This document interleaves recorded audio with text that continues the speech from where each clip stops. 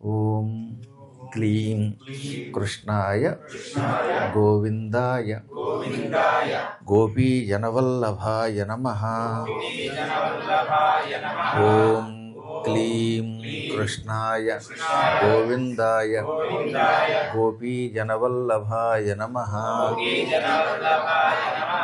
ఓం క్లీం కృష్ణాయ గోవిందాయ గోపీజనవల్లభాయ నమః.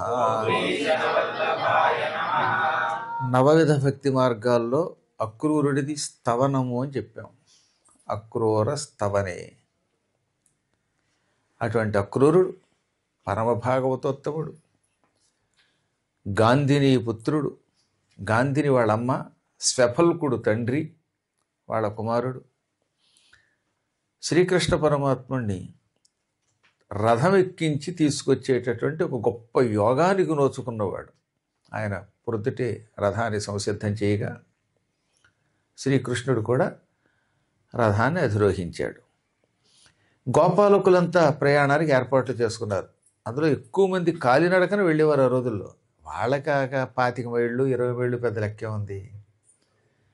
ఆ రోజుల్లో మహావేగంగా నడిచేవారు. ఇప్పుడు మనకి తిన్నదరక్క ఆయాసాలు వస్తున్నాయి. 2 ట్రిప్పులు వేస్తే 3వ ట్రిప్ పడుకుంటున్నాం. కానీ ఆ రోజులు వేరు. అది కేవలం శారీరక దృఢత్వంతో నిలబడినటువంటి కాలం, తపశ్శక్తితో కూడిన కాలం, అసలు కల్మషం అంటే ఏమిటో ఎరగని కాలం. అందుకే మీరు ఎక్కడ చూడండి, అకర్దమమిదం తోయం అంటాడు వాల్మీకి రామాయణంలో. అది ఎలా ఉందిట? సన్మనుష్య మనోయథ. తమస అని ఒక నది ఉన్నది. ఈ తమసా నది అయోధ్య నుంచి కాశీ వెడుతూ ఉంటే దారిలో తగులుతుంది. ఇది కారులో వెడితే, అయోధ్య నుంచి మనం కారులో కాశీ వెడితే దారిలో తమసా నది చూసుకుంటూ వెళ్ళచ్చు. ఈ తమసా తీరంలో వాల్మీకి మహర్షి ఆశ్రమం ఉన్నది. వాల్మీకి భరద్వాజ శిష్యుడితో కలిసి తమసా నదిలో స్నానానికి వెళ్ళాడు. అక్కడ నీటిని చూశాడు. అది అకల్మషం, అకర్దమం. కర్దమం అంటే బురద.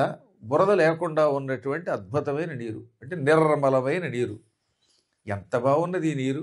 కారణం ఏంటంటే ఇప్పటికి మళ్ళీ జనాలు దాని మీద పడిపోయి కలుషితం చేసి చెత్తా చెదారం కలిపి ప్లాస్టిక్ వేసి పాడు చేసేవారు కాదు. అందులో చాలా హాయిగా ఉంది నీరు. ఈ నీరు ఎలా ఉంది? సన్మనుష్య మనోయథ. మహానుభావులైన సత్పురుషుల మనస్సు వలె ఉందిట. సత్పురుషుల మనస్సులో కాలుష్యం ఉండదు. ఉన్నదొన్నట్టు చెబుతారు వాళ్ళు. అసలు ఎంత గొప్ప ఉపమానం అండి అది. సజ్జనుడి మనస్సు ఎలా ఉన్నదో నిర్మలమైన నీరు అలా ఉన్నది.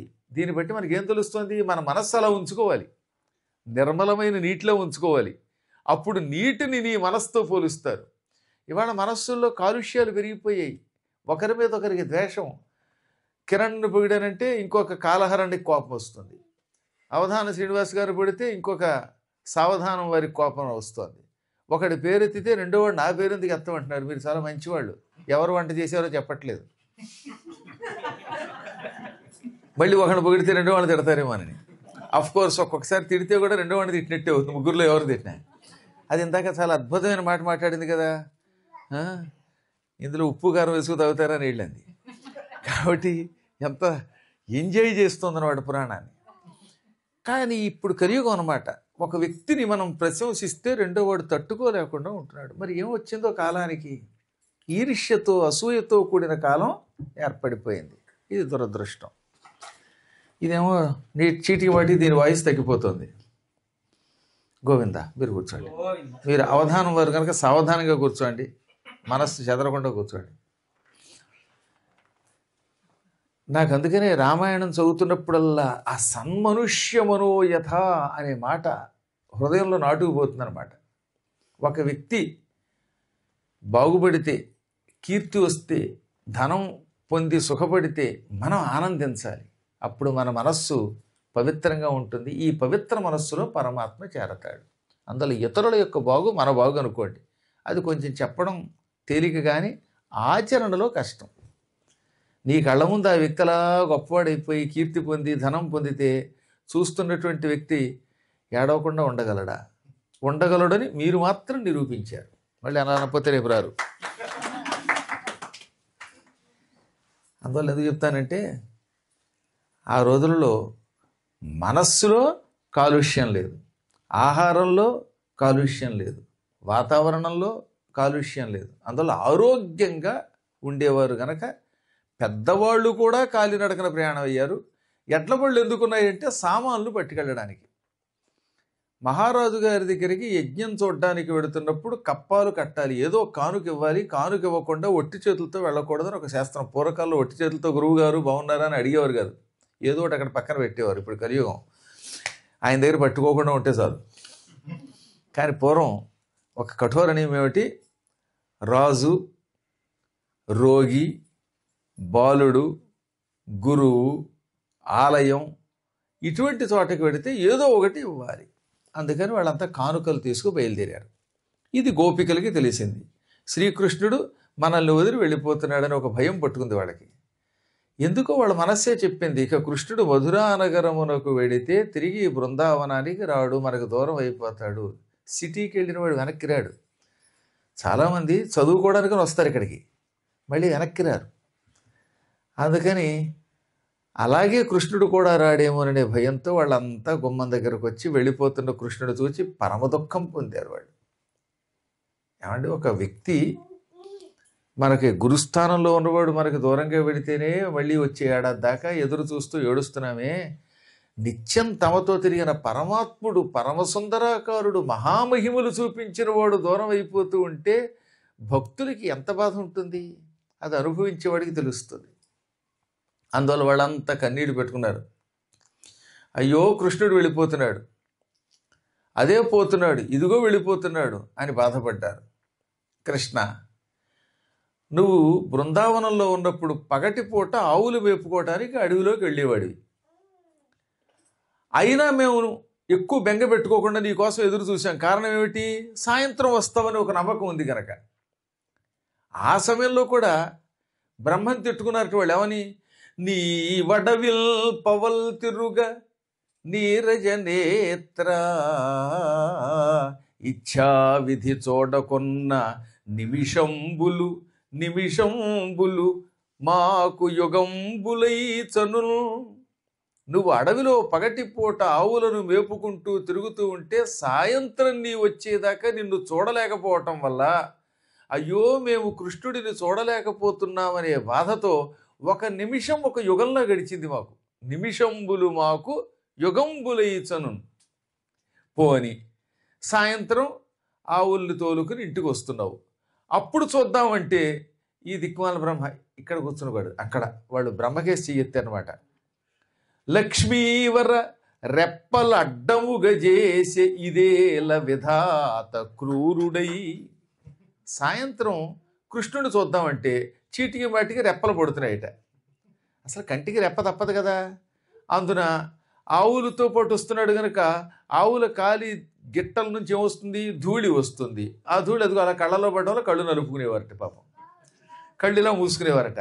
ఈ కళ్ళు మూసుకోవడం వల్ల, కళ్ళల్లో ధూళి పడడం వల్ల కాసేపు చూడకుండా ఉండిపోయారు కృష్ణుడిని. అందుకని లక్ష్మీవర, ఓ లక్ష్మీవల్లభ అంటే శ్రీనివాస,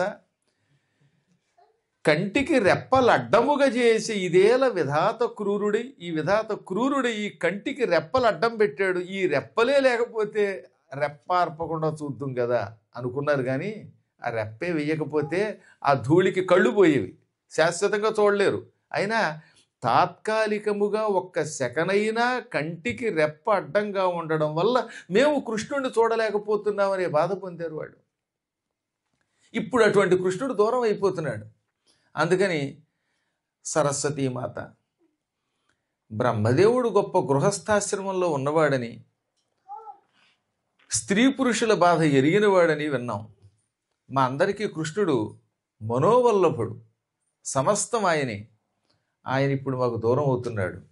ఎందుకు దూరం అవుతున్నాడు?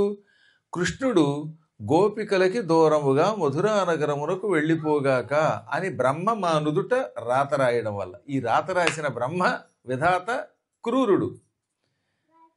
మేము నీకు నమస్కరిస్తాం, నువ్వైనా మీ ఆయనకి చెప్పి మా రాత మార్చవా? ఎల్లవేళలా మా పరమాత్మని చూసే మార్గం ప్రసాదించవా? అని సరస్వతికి విన్నవించుకున్నారు వాళ్ళు. ఒక ఆవిడైతే నేను చచ్చాక తప్పక బ్రహ్మలోకానికి కడతాను, అప్పుడు బ్రహ్మ కనపడతాడు, బొగ్గపోటు పొడుస్తాను, బొగ్గల మీద పిడికిలి బిగించి కసాపిసా పొడుస్తాను. ఎందుకు పొడుస్తుందిట? భూలోకంలో ఉన్నంతకాలం కృష్ణుడు మాకు దూరంగా ఎందుకు ఉన్నాడు, కృష్ణుడిని మాకు ఎందుకు దూరం చేశావు, మా నుదుట ఇలాంటి పనికి మాలిన రాత రాసిన తాత విధాత నీ సంగతి చూస్తామంటాను అని బొగ్గపోటు పొడుస్తానని ఆవిడ కోపాన్ని ప్రదర్శించింది. ఆయన దొరకడు, దొరికితే పొడి చేసేదేమో. ఈ విధంగా ఎవరిదాన్ని వాళ్ళు అనుకున్నారు. యశోదని తిట్టారు కొంతమంది. తల్లికైనా బుద్ధి ఉండద్దా? కొడుకు వెళ్ళిపోతుంటే వెళ్ళు వెళ్ళని పంపుతుందా? కొడుకుకి దూరంగా ఎలా ఉండగలుగుతుంది? రేపు పొద్దున ఆయన వెళ్ళిపోతాడు, వెళ్ళిపోతే అక్కడికి వెళ్ళాలంటే పాస్పోర్టు వీసా దొరకద్దా? వీళ్ళు వెళ్ళాలంటే ఎంత కష్టం. కాబట్టి తల్లైనా ఆపితే బాగుండని కొందరు అనుకున్నారు. ఆవిడెందుకు ఆపుతుంది, ఆవిడ ఎంతైనా కొడుకు పక్షపాతే కదా అని కొందరు అన్నారు. ఇప్పుడు అందరి కోపం చిట్ట చివరికి అక్రూరుడి మీదకి వెళ్ళింది. అసలు ఈ దుర్మార్గుడి వల్లనే శ్రీకృష్ణుడు మనకు దూరం అవుతున్నాడు. కాబట్టి వీడి పేరు అక్రూరుడు కాదు, క్రూరుడు అనుకున్నారట. అక్రూరుండని పేరు పెట్టుకొని నేడస్మల్ మనోవల్లభుల్ చక్రిల్ మా కడబాపికొచునరుగల్ చర్చించి ఏతిల్చినాడక్రూరుండట. క్రూరుడీతడు నిజం వక్రూరుడవు నేని నిర్వక్రత్వంబున కృష్ణుబెట్టి తన త్రోవంబో విచారింపడే. ఇతడికి ఎవరు పెట్టారో అక్రూరుడు అనే పేరు? వాడికి వాడే పెట్టుకున్నాడేమో. నిజానికి వీడు అక్రూరుడు కాదు, క్రూరుడు. అక్రూరుడు అంటే క్రూరత్వం లేనివాడు. కానీ వీడు కృష్ణుణ్ణి మనకి దూరం చేయడానికి అడుగుపెట్టాడు. తన రథం ఎక్కించుకుని మధురా నగరానికి పట్టుకుపోతున్నాడు. మనందరికీ మనోవల్లభుడు, ప్రీతిపాత్రుడు, ప్రాణము సమస్తము అయిన కృష్ణుణ్ణి దూరం చేస్తున్న ఈ అక్రూరుడు కాదు, క్రూరుడు. వీడు నిజంగా అక్రూరుడు అయితే రథంలో ఉన్నవాళ్ళని దింపి తన దారిని తాను పోడా. కాబట్టి వీడిది వక్ర బుద్ధి, నిర్వక్ర బుద్ధి కాదు అని ఆయన్ని తిట్టారు.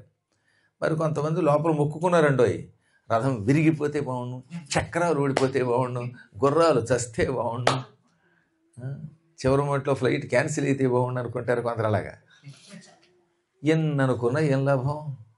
రథం వెళ్ళిపోయింది. వాళ్ళు అలా పాపం రథము నుంచి వచ్చిన దుమ్ము అణిగిపోయేదాకా గుమ్మాల బయట చూసి చూసి నిరాశగా లోపలికి వెళ్ళిపోయారు.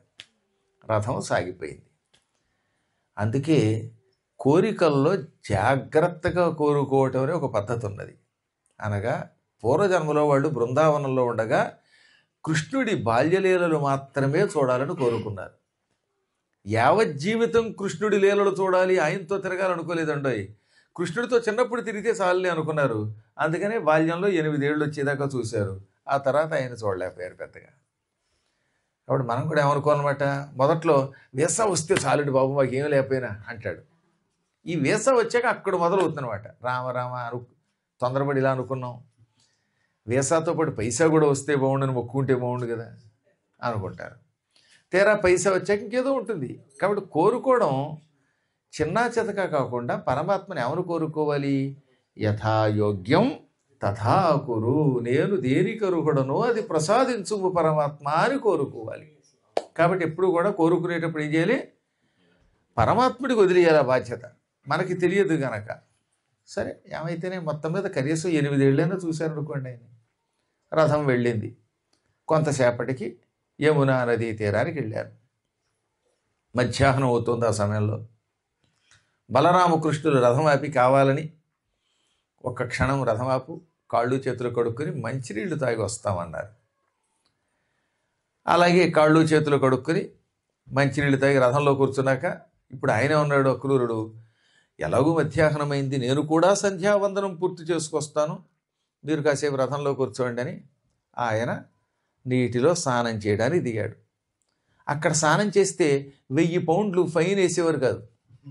ఎవరైనా స్నానం చేయొచ్చు. అది భారతదేశంలో ఉన్న సుఖం అదే. ఇక్కడ మీరు స్విమ్మింగ్ చేసినా డైవ్ చేసినా 1000 పౌండ్లు వెయ్యబడును అనే ఫైన్ బోర్డు లేదు అక్కడ. కాబట్టి అది నిజమైన ఫైన్ రివర్ ఏంటి. ఇప్పుడు ఆయన హాయిగా స్నానం చేశాడు. చల్లగా ఉంది నీరు. నీటిలో స్నానం చేస్తూ బుడుంగున ములిగితే ఆ నది అడుగున రథం కనపడింది. రథంలో కూర్చుని ఉన్న బలరామకృష్ణులు కనపడ్డారు. ఈయనకి ఆశ్చర్యం కలిగింది. రథం ఒడ్డు మీద ఉండాలి, నీళ్లల్లోకి ఎప్పుడు వచ్చింది? ఎక్కడైనా రథం ఒడ్డు మీద ఉండడం ఆశ్చర్యం కాదు, కానీ నీటిలోకి రావడం అసంభవం కదా. ఒకవేళ ఏమన్నా ప్రతిబింబం పడిందా లేక మనోవిభ్రాంతియో చూద్దామని నీటిలోంచి వెళ్ళి పైకి లేచాడు. చూస్తే ఈసారి పైన ఒడ్డు మీదే ఉంది రథం. ఓరి దేవుడా, ఇదే ఆశ్చర్యంగా ఉంది, రథం ఒడ్డు మీదే ఉంది, నీళ్లలో ఎలా కనపడిందని మళ్ళీ నీటిలోకి దిగి ములిగాడు. పూర్తిగా అడుక్కంట దిగాడు. అడుగున మళ్ళీ స్పష్టంగా నేల మీద ఎలా ఉంటుందో అలాగే రథం కనపడింది. రథంలో భక్తుల మనోరథాలు తీర్చే బలరామకృష్ణులు చిరునవ్వు నవ్వుతూ కనపడ్డారు. మళ్ళీ పైకి లేచాడు. పైన ఒడ్డు మీద కనపడుతోంది రథం, నీళ్లలోకి దిగితే నీళ్లలో కనపడుతోంది. ఆశ్చర్యపోయాడు ఆయన. కంటిల్ మూడు రథంబుపై మరి తుదిన్ కంటిన్ తుదిన్ క్రమరన్ కంటిన్ తొంటి రథం భూమీద. ఇదే ఈ కళ్యాణ చారిత్రులే వెంటల్ దోచిరి రెండు దిక్కుల మనో విభ్రాంతియో నీరిలో నుంట ఆశ్చర్యము చూతునంచు మరియున్ ఊహించి మగ్నాంగుడై. ఇంతకు పూర్వమే ఒడ్డు మీద రథంలో కూర్చుని బలరామకృష్ణులు దర్శనమిచ్చారు. ఈసారి నీళ్లల్లోకి దిగాను. నీళ్లల్లో మళ్ళీ రథంతో పాటు కనపడ్డారు.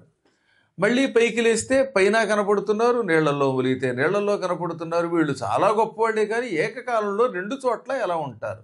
పైగా నీరిలోనుంట ఆశ్చర్యం. నీటిలో స్పష్టముగా అట్టడుగున రథం కనబడుతోంది. ఇంకో విచిత్రం ఏంటి, ఒడ్డు మీద అంటే ఎవడైనా బాగా చూడగలుగుతాడు. నీటిలో అడుగున అచ్చం నేలలో చూసినట్టు ఎలా చూడగలుగుతామండి? అడుగున ములిగి చూడండి ఒకసారి. మీకు కావాలంటే టబ్బు నిండా నీళ్లు పెట్టుకుని అందులో కళ్ళు పెట్టి చూడండి, ఏం కనపడదు, ఏదో అస్పష్టంగా కనపడుతుంది.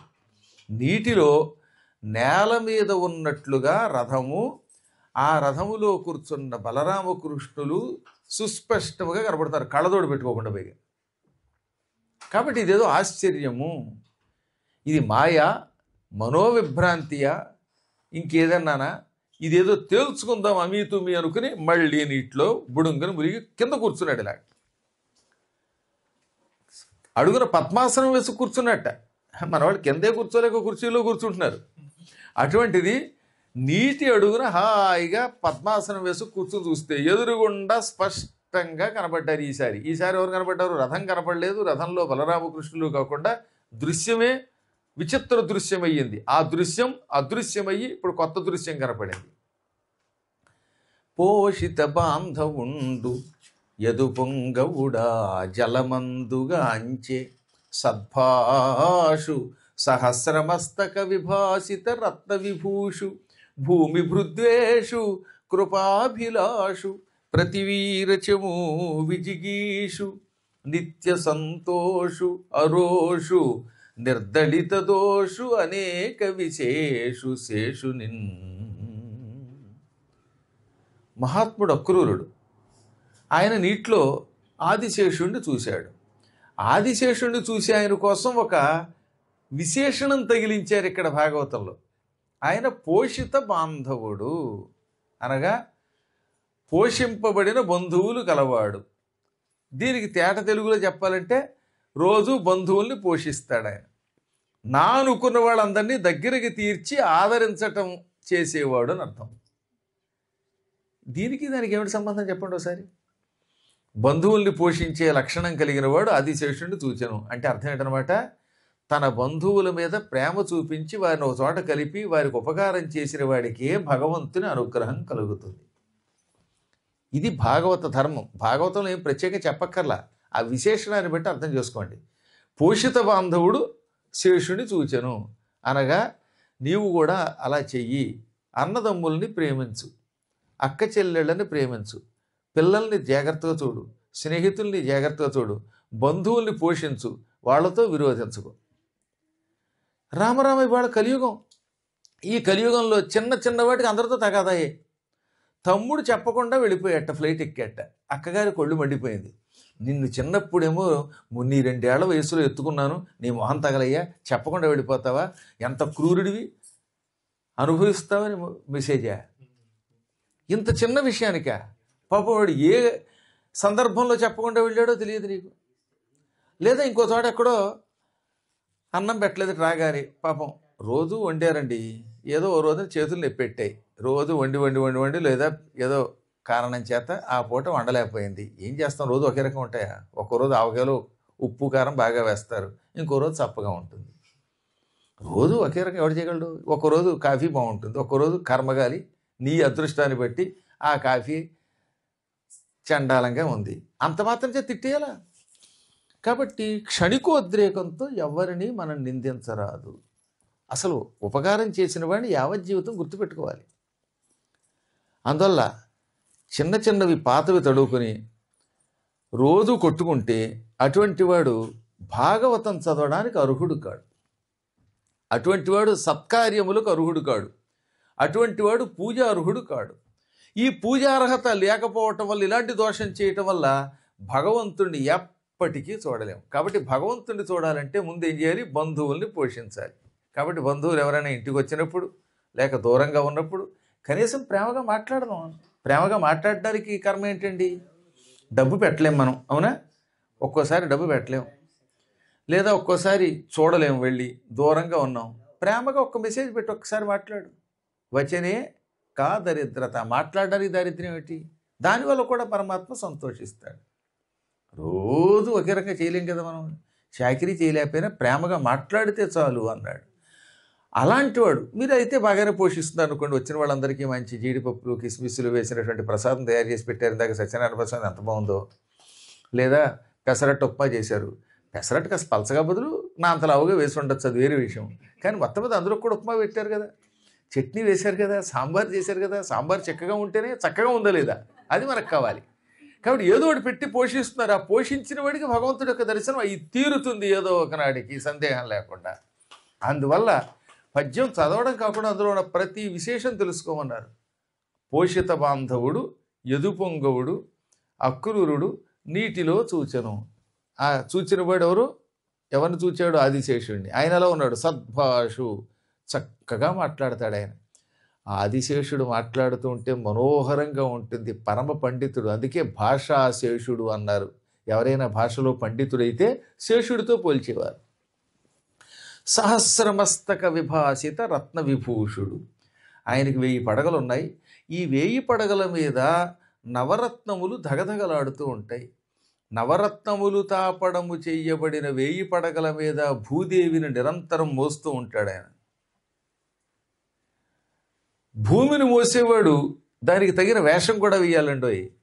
భూమి భృద్వేషు అంటే మహారాజ వేషం కలిగిన వాడు. భూమి భృత్తు అంటే భూమిని మోస్తున్నాడు. భూమిని ఎవరు మోస్తారు? నిజానికి పరిపాలన చేసేవాడు. కాబట్టి పరిపాలన చేసేవాడు రాజు. మహారాజు వేషంలో టీవీగా ఉన్నాడు అనమాట. మంచి అందమైన బట్టలు కట్టుకున్నాడు ఆయన కూడా. పామును చూస్తే మనకి భయం కలగాలి, కానీ పరమ కరుణాస్వరూపుడు ఆయన చూస్తే ఎవడికి భయం కలగట్లా. కరుణ మన మీద ప్రసరింపజేస్తున్నాడు ఆయన. ప్రతివీరచము విజిగీషు, శత్రువులను జయించాలి అనే కోరిక కలిగిన వాడు ఆయన. సాధారణంగా కరుణాస్వరూపుడు శత్రువుని కొట్టలేడు, కానీ ఎంత కరుణ చూపిస్తాడో శత్రువుల్ని చీల్చి చెండాడేటప్పుడు అంత పరాక్రమం ప్రదర్శిస్తాడు. అసలు శత్రువులను జయించాలనే కోరికే గొప్పదన్నారు. జిగీష అంటే ఏమిటి అర్థం? జేతుం ఇచ్ఛా జిగీష, జయించవలెను అనే కోరిక. దేనిని జయించాలి? శత్రువుల్ని. ఇంతకీ శత్రువులు అంటే ఎవరు? కామ క్రోధ లోభ మోహ మద మాత్సర్యాలని 6 శత్రువుల్ని జయించాలనే కోరిక కలిగిన వాడు వాటిని అదుపులో పెడతాడు ఆయన. ఇలాంటి వాడికి ఏముంటుంది? ఎప్పుడైతే ఎవడి మీద కోరిక ఉండదో, ఏ వస్తువు మీద వ్యామోహం ఉండదు, క్రోధం ఉండదు, లోభం ఉండదు, మోహం ఉండదు, మదం ఉండదు, మాత్సర్యం ఉండదు, అటువంటి వాడికి సంతోషం ఉంటుందండి. ఓ మనిషి హాయిగా ఉంటున్నాడంటే, నిత్యం నవ్వుతూ ఉంటున్నాడంటే కారణం వాడిలో ఈ దిక్కుమాల లక్షణాలు లేవు, కామక్రోధాదులు లేవు. అవి లేనివాడికి ఎంత ఆనందం అండి. అవి ఉంటే అసలు ఆనందం ఉండదు. ఈ దేని మీద కోరిక, ఆ కోరిక తీరలేదు, తీరకపోతే ఒకటే ఏడుస్తూ కూర్చుంటాడు. అయ్యో నాకు అమెరికా వేసారా లేదో, గురువు గారితో వెళ్ళలేకపోయానోయ్ అని లోపల బాధ ఉందనుకోండి, వాడు ఏమని తినగలుగుతాడు? వాడు ముఖంలో ఆనందమే ఉంటుంది. కనీసం ఇంగ్లాండ్ వేసైనా వచ్చిందని సంతోషించచ్చుగా. ఈ కోరిక ఒకటి ఉండిపోతుంది. దానివల్ల మనస్సులో అప్పుడప్పుడు ఏమవుతుంది బట్ట సంతోషం ఉండదు. కోర్స్ మీరు చాలా మంచివాడు, మీరు వాటికి అతీతంగా ఉన్నారనుకోండి, అసలు కోరికే లేకపోతే సంతోషం, దేని మీద వ్యామోహం లేకపోతే సంతోషంగా ఉంటారు. ఆఖరికి మంచినీళ్ళు చప్పగా ఉన్నా బాగుండాలనే కోరిక లేకపోతే ఇంకా సంతోషంగా ఉంటాడు వాడు, తలకాయ నొప్పి రాదు. అరోషు, సంతోషంగా ఉండేవాడికి కోపం రాదు, కాబట్టి రోషము ఉండదు చీటికి వాటికి. నిర్దళిత దోషు, ఒక్క దోషం లేదు ఆయనలో, అన్ని దోషములను అన్ని పాపములను భస్మం చేశాడు ఆయన. ఇంకా ఇవి కాక చాలా ఉన్నాయట, అవన్నీ చెప్పలేం కనుక అనేక శేషునిన్, ఎన్నో విశేషములు ఎన్నో గుణములు కలిగిన ఆదిశేషుడిని చూచాడు. ఆ ఆదిశేషుడు 3 చుట్టలు చుట్టుకొని ఇలా పడగలు ఎత్తి ఉన్నాడు, 1000 పడగలను. ఆ 3 చుట్టలు చాలా పెద్దవి. ఆదిశేషుడి శరీరం చాలా పెద్దది కదా, తెల్లని పాముది, పైగా శ్వేత సర్పం.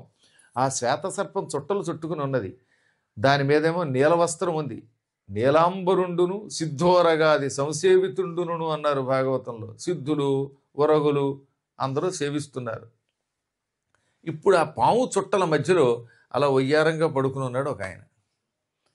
ఆయనే పానుపు. ఎవరో పామే పానుపు.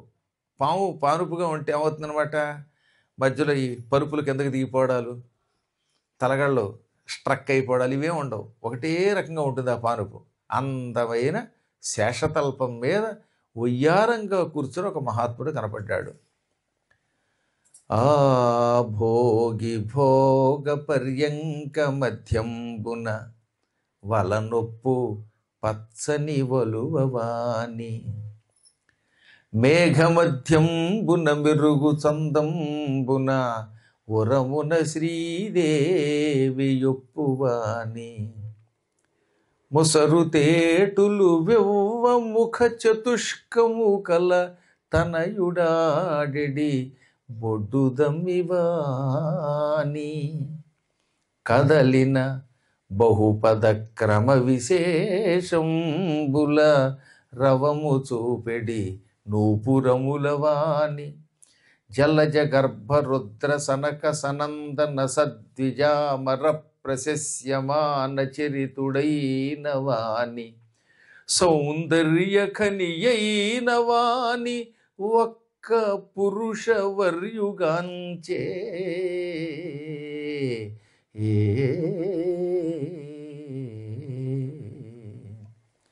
ఆ పాము చుట్టల మధ్యలో పడుకుని ఉన్న ఒక మహాపురుషోత్తముడు కనపడ్డాడు. ఆయన పసుపు పచ్చని వస్త్రం కట్టుకున్నాడు.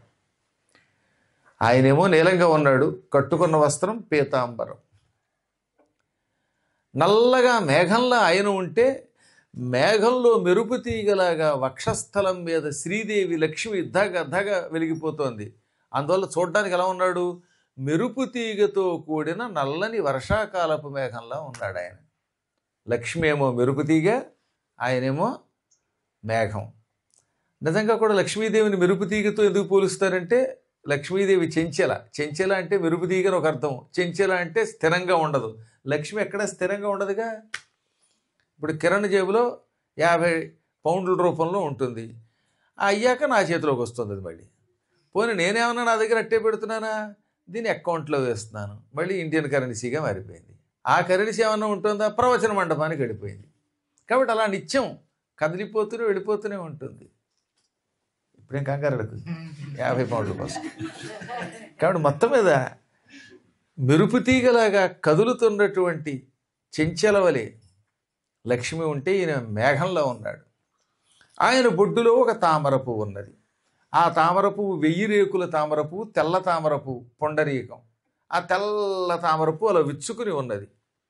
విచ్చుకుని ఉన్న తామర పువ్వు మధ్యలో 4 ముఖములతో ఆడుకుంటున్న బ్రహ్మగారు చిన్న పిల్లాడి రూపంలో ఉన్నాడు. అంత బ్రహ్మగారు కూడా ఇప్పుడు ప్రస్తుతం బాలుడి రూపంలో ఉన్నాడు. ఈ బాలుడు పడుకుని ఆడుకుంటూ ఉంటే వైకుంఠములో ఉన్న కొన్ని తుమ్మెదలు దివ్యమైనటువంటి తుమ్మెదలు అక్కడికి వచ్చాయి. తుమ్మెదలకి తేనెంటే బాగా ఇష్టం. అందులో తామర పువ్వులో ఉన్న మకరందం తగ్గుతుంది. తామర పువ్వు మధ్యలో దుద్దు ఉంటుంది, ఆ దుద్దు మీద వాలితే అందులో ఉన్న తేనె లాగేస్తాయి అనమాట. ఇప్పుడు ఆ తుమ్మెదలు రాగానే మధ్యలో తామర పువ్వు మధ్యలో ఉన్న దుద్దు మీదకి వాలాలను చూస్తూ ఉండగా అక్కడ పడుకుని ఉన్న బ్రహ్మ కనపడ్డాడు. అవి బ్రహ్మని చూశాయి. బ్రహ్మగారికి 4 ముఖాలు ఉన్నాయని చెప్పాం కదా. ఒక్కొక్క ముఖం ఎర్రగా అందంగా తామర పువ్వులో ఉంది. పైగా చిన్నపిల్లాడు అవడం వల్ల అలా నోరు తెరిచాడు, నోట్లోంచి లాలాజలం వస్తోంది. ఆ లాలాజలాన్ని తేనె అనుకున్నాయి అవి. అందుకని బ్రహ్మ ముఖం తామర పువ్వు తెరుచుకుంది, అందులోంచి తేనె వస్తుంది అనుకుని నోట్లో దూరి ఆయన వెంటనే ఓయ్ ఓయ్ నా నోట్లో దూరకండి, నా ముఖాలు పద్మములు భలే కనపడుతున్నప్పటికీ ఇవి తామర పువ్వులు కావు సుమా అని వాటిని పక్కకి తోలాడు. ఆ దృశ్యం ఎంత బాగుందో. సరే అయిపోయాక చెప్తారులే నాన్న, ఇప్పుడు మధ్యలో మాట్లాడకే. అంత గొప్ప దృశ్యం ఒక్క పాదంలో రాశాడు ఆయన. ముసరు తేటులు వెవ్వ, ముసురుకుంటున్న వాలిపోతున్న తుమ్మెదలు పక్కకి విచ్చుకుంటూ ఉండగా, ముఖ చతుష్కము కల 4 ముఖములు కలిగిన తనయుడు ఆడేడి బొడ్డు దమ్మివాడు, బ్రహ్మదేవుడు ఆడుకుంటున్న తామర పువ్వు తన బొడ్డులో ధరించినవాడు అనమాట. అంటే బొడ్డులోంచి తామర పువ్వు వచ్చింది, తామర పువ్వులో బిడ్డలా 4 ముఖాలతో బ్రహ్మ ఉన్నాడు. అక్కడికి తుమ్మెదలు వచ్చాయి, ఆయన నోట్లో కడుతుంటే తోలుతున్నాడు, అవి పక్కడిపోతున్నాయి. ఇంత అద్భుతమైన దృశ్యం అక్కడ ఉన్నది. ఇంకా ఆయనకి రకరకాల పాదాలు, 1000 పాదాలు కలిగిన వాడు. 1000 అంటే 1 2 3 4 ఆ సంఖ్యలో కాకుండా సంస్కృతంలో సహస్ర శబ్దమునకు అనేకము, అనంతము, ఇన్ఫైనైట్ అని అర్థం. అనంత పాదములు కలిగాడు ఆయన. ఆ అనంత పాదములన్నిటికీ కూడా గజ్జెలు ఉన్నాయి. ఆ గజ్జెలకి ఎంతంత మువ్వలు ఉన్నాయి. ఇటు పడుకున్న స్వామి ఇటు నుంచి ఇటు ఒత్తిగిల్లాడు. కదలగానే ఏమైంది? కాళ్ళు కదిలేయి, కాళ్లకున్న గజ్జెలు కదిలేయి. ఈ గజ్జెలకున్న గంటలన్నీ మువ్వలన్నీ ఒకేసారి గణగణ గణగణ శబ్దం చేసాయి. ఆ శబ్దం ఉంది, మనోహర శబ్దం. కదలిన బహుపదక్రమ విశేషంబుల రవము చూపిడి నూపురముల వాణి అన్నారు. అందుకని ఆయన కదలగానే కాళ్ళు కదలడం, కాళ్ళకున్న నూపురములన్నీ శబ్దం చేసాయి. ఆ నూపురముల యొక్క గంటలు మువ్వలన్నీ గణగణ గణమని, ఏదో మహానుభావులైన వేద పండితులు ఒకేసారి వేదం చదువుతూ ఉంటే అన్ని స్వరాలు కలిసి ఉంటే ఎలా ఉంటుందో అలా అంత మనోహరంగా ఉంది ఆ శబ్దం కూడా. బ్రహ్మ, రుద్రుడు, సనకుడు, సనందనుడు మొదలైన మహానుభావులు ఆయన చుట్టూ చేరి స్తోత్రం చేస్తున్నారు. పరమ సౌందర్య నిధి, అందాల కుప్ప అటువంటి వాణ్ణి, వేదమూర్తిని, దివ్యాకారుణ్ణి కళ్ళారా చూశారు. పరమాత్ముడు ఎప్పుడు నిర్గుణుడు కాదు, ఒక్కొక్కప్పుడు నిర్గుణుడు, ఒక్కొక్కప్పుడు గుణములతో కనపడతాడు. ఇదిగో విశ్వరూపంతో దర్శనమిచ్చాడు. ఏమంటే ఆ రూపాన్ని కళ్ళారా చూసినవాడు ఎంత అదృష్టవంతుడు. ఆ రూపాన్ని చూసి ఆనందంతో పులకించలేదంటే వాడి బతుక. అసలు వర్ణిస్తూ ఉంటేనే, మన కళ్ళ ముందు కనపడుతూ ఉంటేనే నిద్ర పట్టడం లేదు రాత్రిపూట. ఆ రూపాన్ని డైరెక్ట్గా ఎప్పుడు చూస్తామో అనిపిస్తుంది మనకి. అంత అద్భుతమైన రూపాన్ని వర్ణించారు అక్కడ. అది మరియును చారు లక్షణ లక్షిత నకపాద కొల్పజాను జంఘోరు కఠినాభిమధ్యోదరుండును సాదరుండును కంఠసూత్ర కటిసూత్ర హార కేయూర కటక కంకణ మకర కుండల కిరీటాది విభూషితుండును కంబు కంధరుండును పాల నాసాధర వదన కర్ణుండును నీల నేరద వర్ణుండును ప్రహ్లాద నారద సునందనంద ప్రముఖ సంభావితుండును శ్రీ పుష్టి తుష్టి కీర్తి కాంతిలోజ్య విద్యా విద్యాది మాయా శక్తి సేవితుండునుడయ్యొప్పున పురుషోత్తముని కాంచి భక్తి సంభ్రమంబుల గలంబులుగా దిగ్గన కరంబులు ముకుళించి ఇట్లని నుతించే అని ఇక్కడ గద్యం రాశారు భాగవతంలో.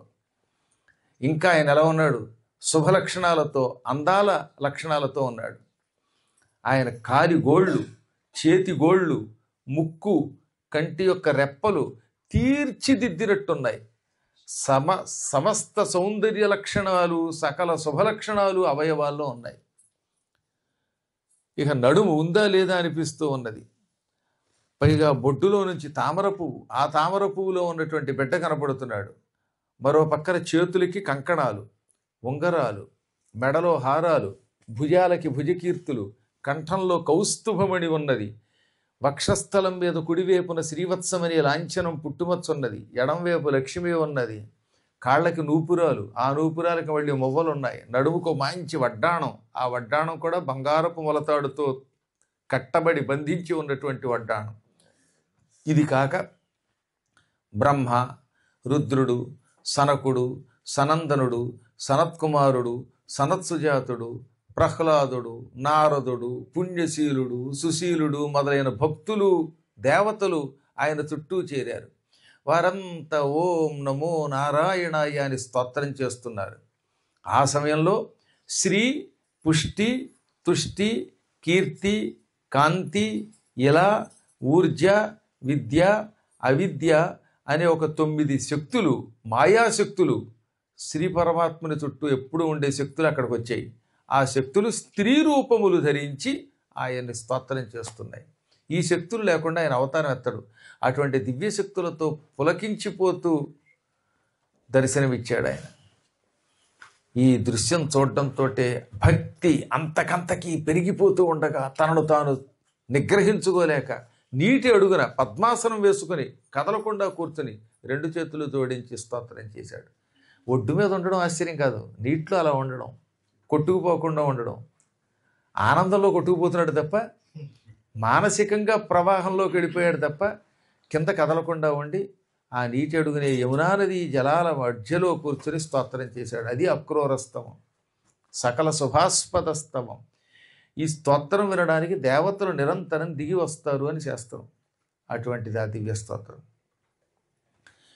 శ్రీమానిని మానచోరా శుభాకార వీరా జగద్ధేతు హేతు ప్రకార సమస్తం పునస్తంగతం వై మహాలోల కల్లోల మాలాకులాభీల పాధో నిధింగూలగా బాలకేళీగతిందేలి నారాయణాఖ్యం పటుఖ్యాతి శోభిల్లు నీనాభికంజంబులో లోకపుంజంబులంబన్ను వెన్నాణి అయిమన్న ఆబమ్మ ఉత్పన్నుడయ్యంగదా పావకాకాశవాతావని వారి అహంకారమాయా మహామానసాదుల్ హృషీకాదులున్ లోకముల్లోక బీజంబులున్ నిత్య సందోహమై నీ మహాదేహమందుల్లసించున్ వసించున్ నసించున్ జడత్వంబులేకాత్మయ్యొప్పు నీయొప్పిదంబెల్ల నోచల్ల చల్లన్ విచారింపదారెంత వారెంత వారైన మాయాదులున్ మాయతో గూడి క్రీడించు లోకానుసంధాత యాధాత నిర్ణేతయే నీ కళారాశికిల్ కొందరం భోజ గర్భాత్ములధ్యాత్మలందున్ననేకాది దైవంబులందున్న శేషాధిభూతంబులందున్ త్రయీ పద్ధతిన్ కొందరింద్రాది దేవాభిధానంబులన్ నిక్కమొక్కండవంచున్ మరిం పాంచరాత్రానుసారంబుగా తన్మయత్వంబుతో నల్వురై చెల్వు వాటింతు వంచున్ మరిన్ నీవు నారాయణాక్షుండవంచున్ శివాక్షుండవంచున్ మరిం పెక్కు మార్గంబులన్ నిన్ను నగ్గింతురెక్కేమి ఏరుల్ పయోరాశినే రాసులై కూడు క్రీడన్ ఘటాంతర్గతాకాశముల్ తద్ఘటాంతంబులందే కమౌరేఖ లోకావధిన్ వీకనే పోకలంబోక ఏకాకి వయ్యుండు దీశా కృశానుండు నెమ్మోము సోముండు భానుండు కన్నుల్ దిశల్ కర్ణముల్ భూమి పాదంబులంభోనిధుల్ కుక్షి శల్యంబులద్రుల్ లతాసాలముల్ రోమముల్ గాలి ప్రాణంబు బాహుల్ సురేంద్రుల్ ఘనంబుల్ కచంబుల్ నభోవీధి నాకంబు రేలుం బగళ్ళున్ నిమేషంబులంభోజ గర్భుండు గర్భంబు వర్షంబు వీర్యంబుగా మండితోదుంబరానోకహానేక శాఖా ఫలాపూరితానంత జంతు ప్రకాండంబులీలన్ ప్రసిద్ధోదరాశిస్థ జంతు ప్రకాండంబుగా నిండియుండున్ మహారూప నీ రూపముల్ వెగ్గలం బొగ్గడింపన్ లయాంబోధిలో మీనుమేనన్ విరోధిన్ నిరోధించి సాధించి మున్వేదకుల్ వేదరాశిం ప్రసాదింపవే త్రుంపవే కైటభ శ్రీమధున్ చక్రివై మొత్తవే ఎత్తవే మందరాగంబు రాగంబుతో కోర్మలీలా పరిష్పందివై పందివై మేదినిన్ మీదికింద్రోచి దోషాచరుంగొమ్ములన్నెం ములంజిం ముచుంగృంబవే దండివై రోచనింజూచి యాచెంపవే పెంపవే మేను బ్రహ్మాండమున్ నిండబారుండవై రాజబింబాస్యకై దుర్మదారిన్ విదారింపవే నంపవే క్రూరులన్ వాసుదేవాది రూపంబులన్ శుద్ధ బుద్ధుండవై వైరిదారాంతరంగంబులున్నంతరంగంబులుంగా కరంగింపవే పెంపుదీ పెంపవే కల్కిమూర్తిల్ ప్రవర్తించు నిన్నెన్న నేనెవ్వడల్ నన్ను మాయా విపన్నున్ విషణ్ణున్ ప్రపన్నున్ ప్రసన్నుండవై ఖిన్నతంబాపి మన్నింపవే పన్నగాధీశ తల్ప కృపాకల్ప వందారు కల్ప నమస్తే నమస్తే నమస్తే నమః.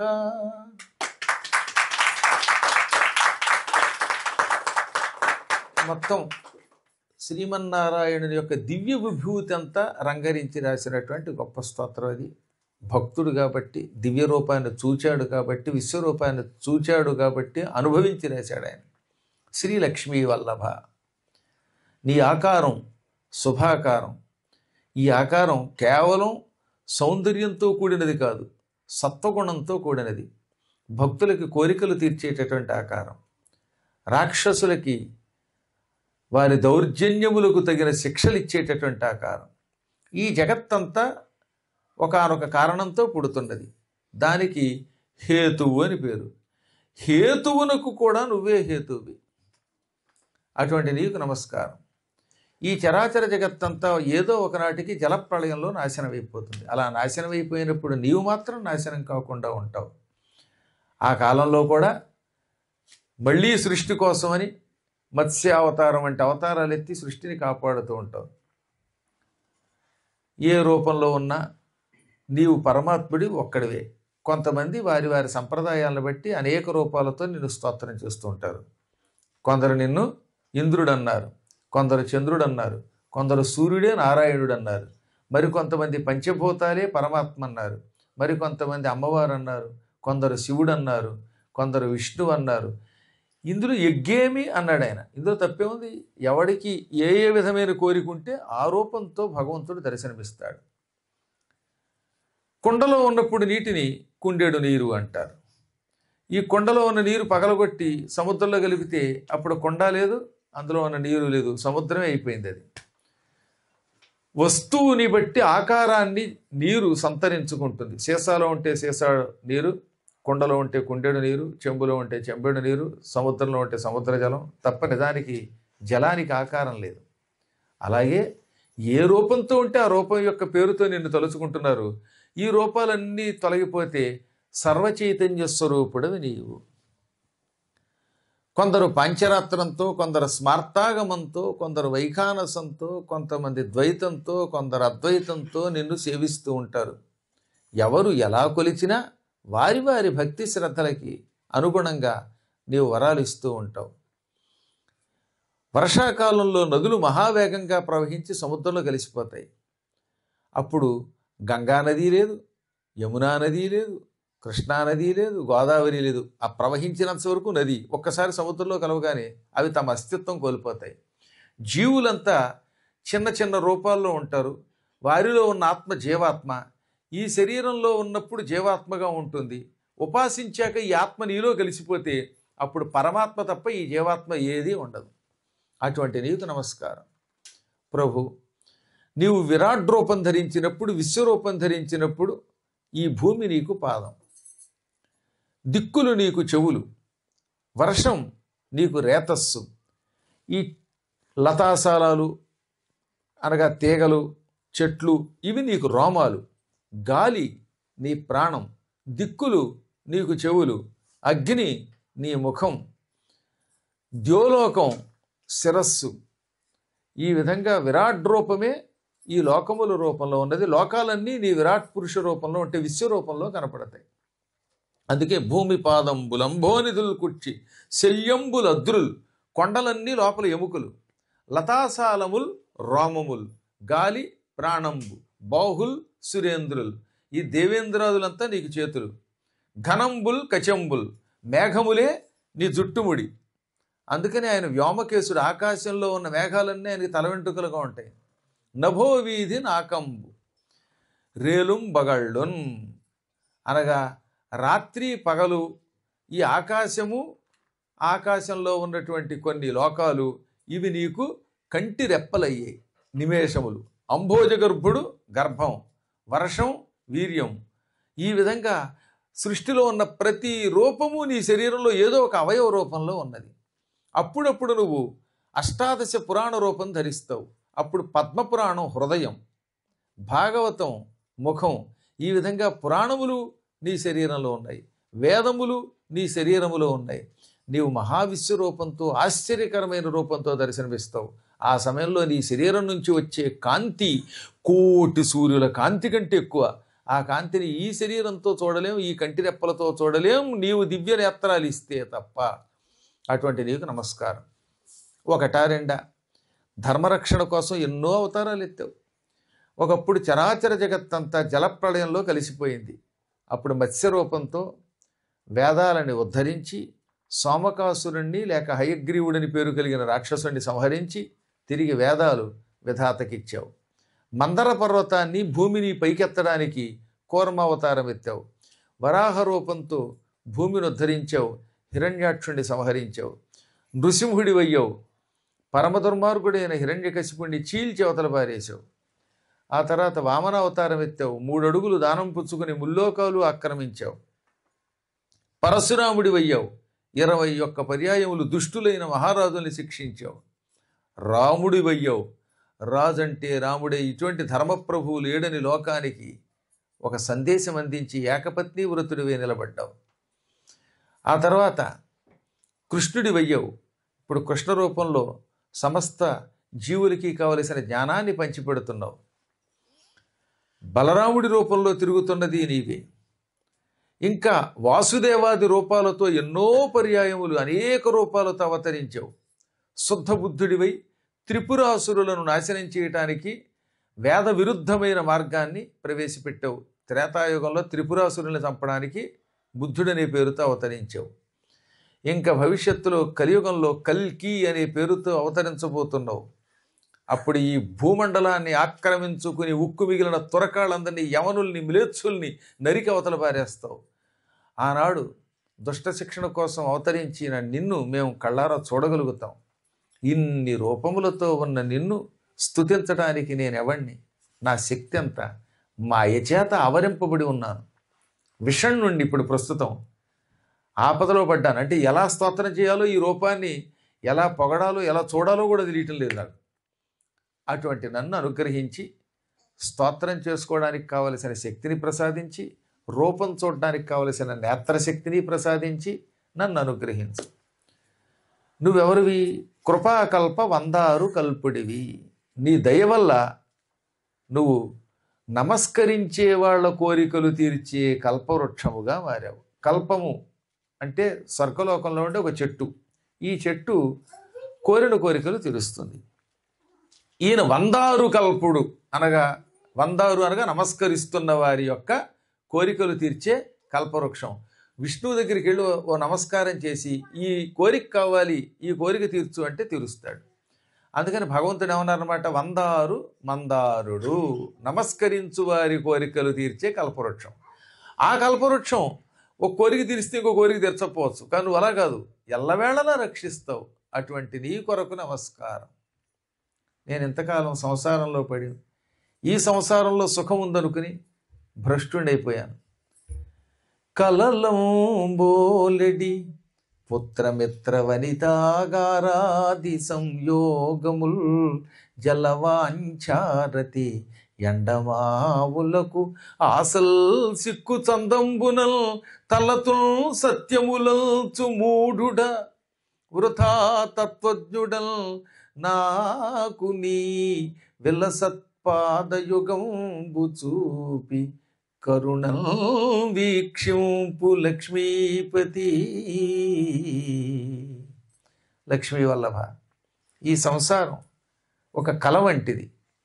భార్య, భర్త, కొడుకులు, ఇళ్ళు, పశువులు, ఈ బంధములన్నీ స్వప్నముల వంటివి, కలల వంటివి. కల్లో రకరకాల వస్తువులు వస్తూ ఉంటాయి, మాయమైపోతూ ఉంటాయి. నిద్రపోయాడండి ఒక ఆయన. నిన్నే ఒక ఆయన కల వచ్చిందిట.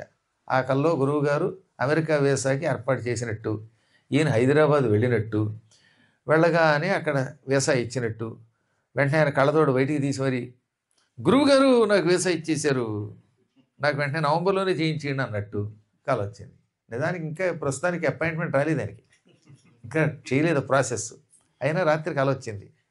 నవంబర్లోనే పట్టుకుపడినాడు. ఏది ఇంకా ఇంగ్లాండ్లోనే ఉండి తీరా కళ్ళు విప్పి చూస్తే అది వేసా ఆఫీసు కాదు, అవధానం వారి ఇల్లు. ఇదేంట్రా కల్లోనేమో వాళ్ళు కనపడ్డారు, ఇంటర్వ్యూ చేశారు, పాస్పోర్ట్ తీసుకున్నారు, వీసా ఇచ్చారు, ఏమైపోయింది అనుకుంటాడు ఆయన. కళ అంతే విచిత్రంగా ఉంటుంది. ఎక్కడున్నా ఏది ఏమవుతుందో తెలియదు మనకి. ఒక్కోసారి నాకేంటి వైకుంఠానికి వెళ్ళినట్టు కనపడుతుందంటో, అది స్వప్నం కాదు నిజమే అనుకోండి. ప్రస్తుతానికి వెంటనే వెళ్ళిపోతే మీకు బాగుండదని అయిపోయాను. కానీ కళలో రకరకాల విచిత్ర వస్తువులు కనపడుతూ ఉంటాయి. ఈ మధ్యన ఇంకో తమాషా జరిగింది.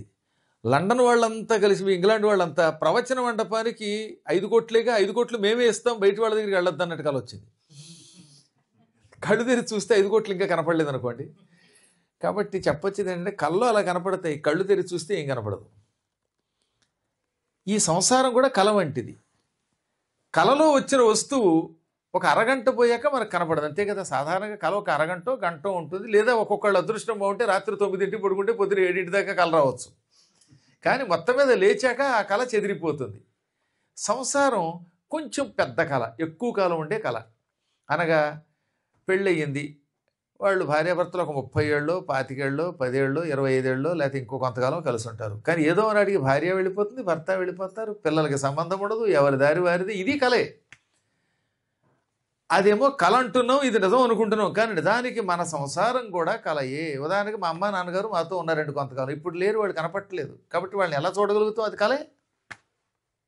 అలాగే ఓ చోట భర్త గారు ముందు వెళ్ళిపోయారు, భార్య రోజు ఆయన నేను కలిసి ఉండేవాళ్ళం అండి, ఇప్పుడు మా పిల్లలు నమ్మట్లేదు, మన వాళ్ళు నమ్మట్లేదట. నీకు మొగుడు ఎక్కడున్నాడు అంటున్నారట. ఎందుకంటే వాళ్ళు చూడలేదు తాతగారిని, చూస్తేనే నమ్ముతారు వాళ్ళు. అందుకని తాతాలేడేం లేదు, నువ్వే ఉన్నావు, నీ దగ్గర నుంచి వచ్చేసింది ఈ సంసారం అన్నారట. అదొక చిత్రం, నమ్మలేరు. కమ్యూనిస్ట్ అలాగే అంటారు కదా, పిచ్చి పీరుగులు. అందుకే వాళ్ళ ప్రపంచంలో అంత పిచ్చి పీరుగులు, అంత మూర్ఖులు మరొకరు ఎవరు ఉండరు. కంటికి కనబడనంత మాత్రం చేత అది లేదు అనుకుంటారు అజ్ఞానంలో పడి. కంటికి కనబడకుండా ఎన్నో విశేషాలు ఉన్నాయి అనే విషయం వాడికి తెలియదు. కాబట్టి సంసారం కూడా ఒక కళ. భార్య ముందు వెళ్ళిపోవచ్చు, భర్త ముందు వెళ్ళిపోవచ్చు, ఇంకోటి ముందు వెళ్ళిపోవచ్చు. ఏదో నాటికి ఎవరి దారిలో వెళ్ళిపోతాం. ఎవరికి వారే ఏదో నాటికి ఎరుగము ఎటకో ఈ బదిలి. ఎంత అందమైన పాటలు అండి. ఆ రోజుల్లో అద్భుతంగా రాశారు, వేదాంత రహస్యాలు రాశారు వాళ్ళు. అందుకే ఆ పాటలు నిలబడ్డాయి. అంతేగాని కొట్టండి తిట్టండి చంపండి గిల్లండి ప్రేమ, ఇదేం పాట వీడు మొహంతగలయ్యా. ఏమన్నా అంటే దీన్ని అర్థం చేసుకుంటాడు, దాన్ని అర్థం ఏం చేసుకుంటూ అది అనర్థం. అది ఆ పాటే నాకు అనర్థంలా కనబడితే ఇంక అందరూ అర్థం గడిచింది వ్యర్థం అది. కాబట్టి అపూర్వమైన ఈ సృష్టి కూడా ఒక కళ ఏదో ఒకనాటికి. అయినా తలతున్ సత్యములంచు మూఢుడా, మూర్ఖుండి కనుక ఇవి శాశ్వతం నిజం అనుకుంటూ ఉంటాను. నాకు పెళ్ళయ్యిందో, ఇల్లు వచ్చింది, మా ఆవిడ వచ్చింది, ఈ సంసారంలో సుఖంగా ఉంటాను అనుకుంటాను. కారణం వృథాతత్వజ్ఞుడన్, నా వేదాంత రహస్యం పనికిమాలింది, నాకు సరైన జ్ఞానం లేదు, పనికిమాలిన జ్ఞానంతో ఇదే గొప్ప అనుకుంటున్నాను. ఎడారిలో మంచినీళ్ళ కోసం తిరుగుతున్నాడు ఒకడు. ఎండ పొడ వల్ల ఎడారిలో కొన్ని చోట్ల నీళ్లు కనపడతాయి. అది నిజానికి నీరు కాదు, అవి ఎండమావి, అవి మరీచిక, కానీ వీచిక అనిపిస్తుంది. ఎండమావిలో నీళ్లు ఉండవు, కానీ కంటికి ఆ దృశ్యం ఎలా ఉంటుందన్నమాట. అక్కడ మంచినీళ్ళు ఉన్నట్లుగా కనపడుతుంది. ఎంత దూరమైనా మంచినీళ్ళ కోసం వెడితే నీళ్లు లేక చివరికి వడగొట్టి చచ్చిపోతాడు. ఎండమావులను మంచినీళ్లుగా భావించి ఎడారిలో పడి చచ్చిపోయేవాడిలాగా సుఖం లేని సంసారంలో, శాశ్వతంగా లేని సంసారంలో శాశ్వతంగా ఉంటాం, సుఖం ఉంటుందనుకుని మేము భ్రష్టులం అయిపోతున్నాం, చివరికి నశించిపోతున్నాం, మాకు మోక్షం రావడం లేదు. కాబట్టి దయతో నీ దివ్య పాదపద్మములను నాకు చూపించు, నీ కాళ్ళు నాకు ప్రసాదించు, నీ కాళ్ళకి నమస్కరిస్తాను, నాకు మోక్షం ప్రసాదించు లక్ష్మీ వల్లభ అంటూ ఉండగా ఆ అడుగున ఉన్న రూపం అదృశ్యమైపోయింది. ఆశ్చర్యపోతూ ఒడ్డు మీదకి వచ్చాడు. ఏమి విచిత్ర దృశ్యం! నేను ఆ పరమాత్మ దగ్గరికి కేవలం నిన్నొచ్చాను. గట్టిగా ఆయన చూసింది 1 గంట 2 గంటలో 3 గంటలో.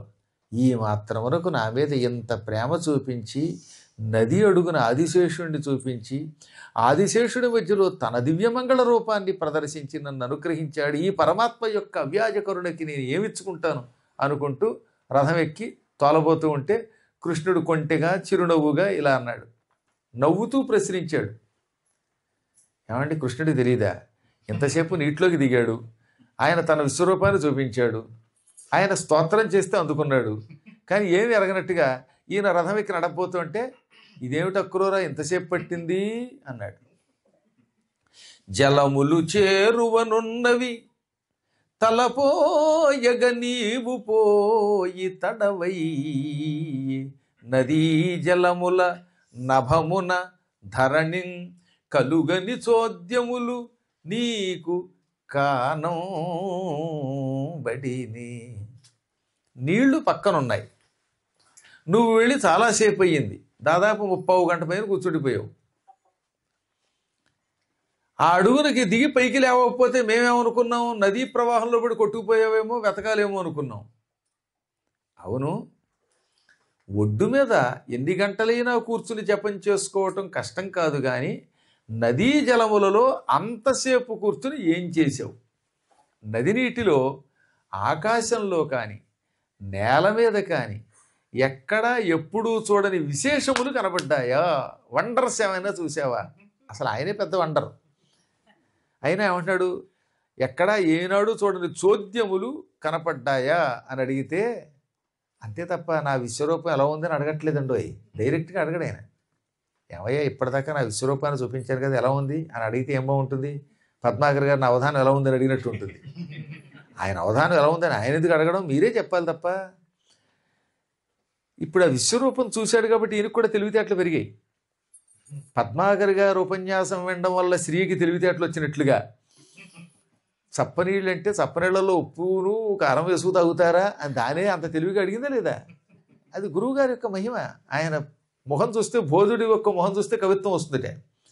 అలాగే మహాత్ములతో తిరిగితే ఆ మహాత్ముల లక్షణాలు వస్తాయి. విష్ణువు యొక్క రూపం చూశాడు కదా, అందుకని ఆయన ఇంకా చమత్కారంగా సమాధానం చెప్పాడు. అదే సామాన్యుడైతే ఏమంటాడు, ఏమయ్యా విష్ణువు ఇప్పటిదాకా నది జలాల్లో నీ దివ్య రూపాన్ని చూపించావు, విశ్వరూపం చూశాక మళ్ళీ ఏం చూసావని అడుగుతావేమిటి? కనపడింది నువ్వేగా అంటే అది సామాన్య లక్షణం. ఇప్పుడు ఈయన అసాధారణమైన తెలివితేటలతో ఏమన్నాడు, ప్రభో ఈ ప్రపంచంలో నువ్వు కానిదేముంది అన్నాడు. నీలోన లేని చోద్యములే లోకములందు చెప్పరీశ్వర నీట నేల నింగిని నున్నవే నీలో చోద్యంబులెల్ల నెగడు మహాత్మా. నీలో లేని వింతలు, నీలో లేని విశేషములు ఎక్కడైనా ప్రపంచంలో ఎవరైనా చూడగలరా, వర్ణించగలరా? నీటిలో చూసినా నువ్వే, నింగిలో చూసినా నీవే, నేల మీద చూసినా నీవే. అసలు ఈ ప్రపంచంలో వింతలన్నీ నీలో ఉంటాయి, నువ్వు వింతలకి నిలయం అన్నాడు. అందుకే నీ చెంతకు వచ్చాను, అంతే తప్ప విశ్వరూపం చూశానని ఈయన చెప్పడు, చూసావా అని ఆయన అడగడు. బాగుందిలే, నాకు తగిన సమాధానం ఇచ్చావు, దా ఎక్కు తోలే రథం అన్నాడు ఆయన. రథం తోలుకుంటూ వెళ్ళారు. ఈలోపు కాలినడకన పెడుతున్న వాళ్ళు వాళ్ళే ముందు వెళ్ళిపోయారు. యమునా నదీ తీరంలో వీళ్ళు ఆగారుగా, పార్కింగ్ ప్లేస్లో ఆపారు. కార్ రోడ్డు తీసుకుని అక్కడ ఆపారు కదా, వాళ్ళకి పార్కింగ్ లేదు, డైరెక్ట్గా వెళ్ళిపోయారు. అందులో వీళ్ళు ఆగినట్టు తెలియదు. తీరా అక్కడికి వెళితే కృష్ణుడు ఇంకా రాలేదన్నారు. అప్పటికి ఇంచుమించుగా సాయంత్రం 3 అయిపోతుంది, మధ్యాహ్నం 3 దాటిపోతుంది. అందుకని వాళ్ళంతా గుమ్మం దగ్గర అక్కడ పెద్ద తోరణం ఉంటుంది, ఆర్చి, ఆ శిలా తోరణం దగ్గర ఆగి ఉన్నారు. నగర ప్రవేశ ప్రాంతంలో కృష్ణుడి కోసం ఎదురు చూస్తున్న సమయంలో కృష్ణుడి రథం వచ్చింది. వాళ్ళు ఆశ్చర్యపోయి, కృష్ణ మాకంటే ముందు బయలుదేరు, పైగా నీదేమో రథం, మాదేమో పాతకాలం నాటి వాహనాలు, కాలినడకను, ఎడ్లబళ్ళును. కొత్త టెస్లా కారు ఏమన్నా ట్రబుల్ ఇచ్చిందా? ఛార్జింగ్ పెడితే అదేమన్నా ఇరుక్కుపోవడం వల్ల అరగంట లేట్ అయిందా ఏమిటి అని అడిగారట. అప్పుడు కృష్ణుడు చిరునవ్వు రవి రథంలోంచి దిగబోతూ ఉంటే ఆయనే సమాధానం చెప్పలే. ఈ విశ్వరూపాలు ఇవేం చెప్పకూడదు ఆయన. అదే చెప్పకుండా దిగబోతూ ఉంటే అక్రూరుడు 2 చేతులు జోడించి నా ఇంటికి రమ్మని బతిమాలాడు. నా ఇంటికి విచ్చేయుము నీయంఘ్రి సరోజరేణు నికరము సోకన్న ఇల్లు పవిత్రం బగు శ్రీయుత నీ భటుని పెద్ద చేయంతగదే, నా ఇంటికి రా స్వామి. ఇది వరకు నీవెవరవో తెలియని రోజుల్లో ఒక మహాత్ముడివని మాత్రమే అనుకున్నాను. కానీ నీ విశ్వరూపం చూశాక అఖిలాండ కోటి బ్రహ్మాండ నాయకుడివని అర్థమయ్యింది. కాబట్టి అవకాశాన్ని నేను వదులుకోలేను. నీవు మా ఇంట్లో అడుగుపెట్టు. అడుగు పెడితే ఏమవుతుంది, నీ పాదపద్మముల నుంచి ఇంత దుమ్ము మా ఇంట్లో పడుతుంది. ఆ దుమ్ముతో నా ఇంట్లో ఉన్న దోషాలన్నీ పోతాయి, నాకు మోక్షం వస్తుంది. నేను నీ సేవకుణ్ణి, లక్ష్మీ వల్లభ, నన్ను అనుగ్రహించు. మహాత్ముల పాదధూళి ఇంటిని పవిత్రం చేస్తుంది.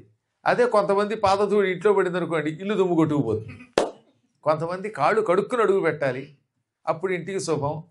నీవు నీ పాదధూళి మా ఇంట్లో వెయ్యాలి అనగా ఆయన, నాయన ఇప్పట్లో రావడం కుదరదు, సమయం వస్తుంది వస్తాను, ప్రస్తుతానికి నాదంతా టైట్ షెడ్యూల్, అందువల్ల ఇప్పట్లో రాను. ఇంత విశ్వరూపం చూపించాడు, ఇంటికి రాలేను అన్నాడు అంతే ఆయన. కారణం ఒకటి ఉన్నది, నాకు ఒక నియమం ఉన్నది. యదుకుల విద్వేషణుడై మదమున వర్తిల్చు కంసు మర్దించి భవత్సదనంబు చూడవచ్చద పొద ఈ స్యందనము కొనుచు పురమున కనగా. యాదవులంటే పరమద్వేషంతో వాళ్ళని హింసిస్తున్నాడు పరమ దుర్మార్గుడు కంసుడు. వాడిని చంపేదాకా భక్తుల ఇంటికి ఎప్పట్లో వెళ్ళదలుచుకోలేదు నేను. కాబట్టి నువ్వు కంసుడి బంధువు గనక నీ ఇంటికి పిలవడం మానేసి మమ్మల్ని ఇక్కడ దింపేయి, మా దారిని మేము పోతాం. పైగా నువ్వు కూడా వస్తే వాకింగ్ టైంలో నేను మా అన్నయ్య కొన్ని మాటలు మాట్లాడుకోవాలి, నువ్వు వస్తే మాకు ఇదే సమస్య.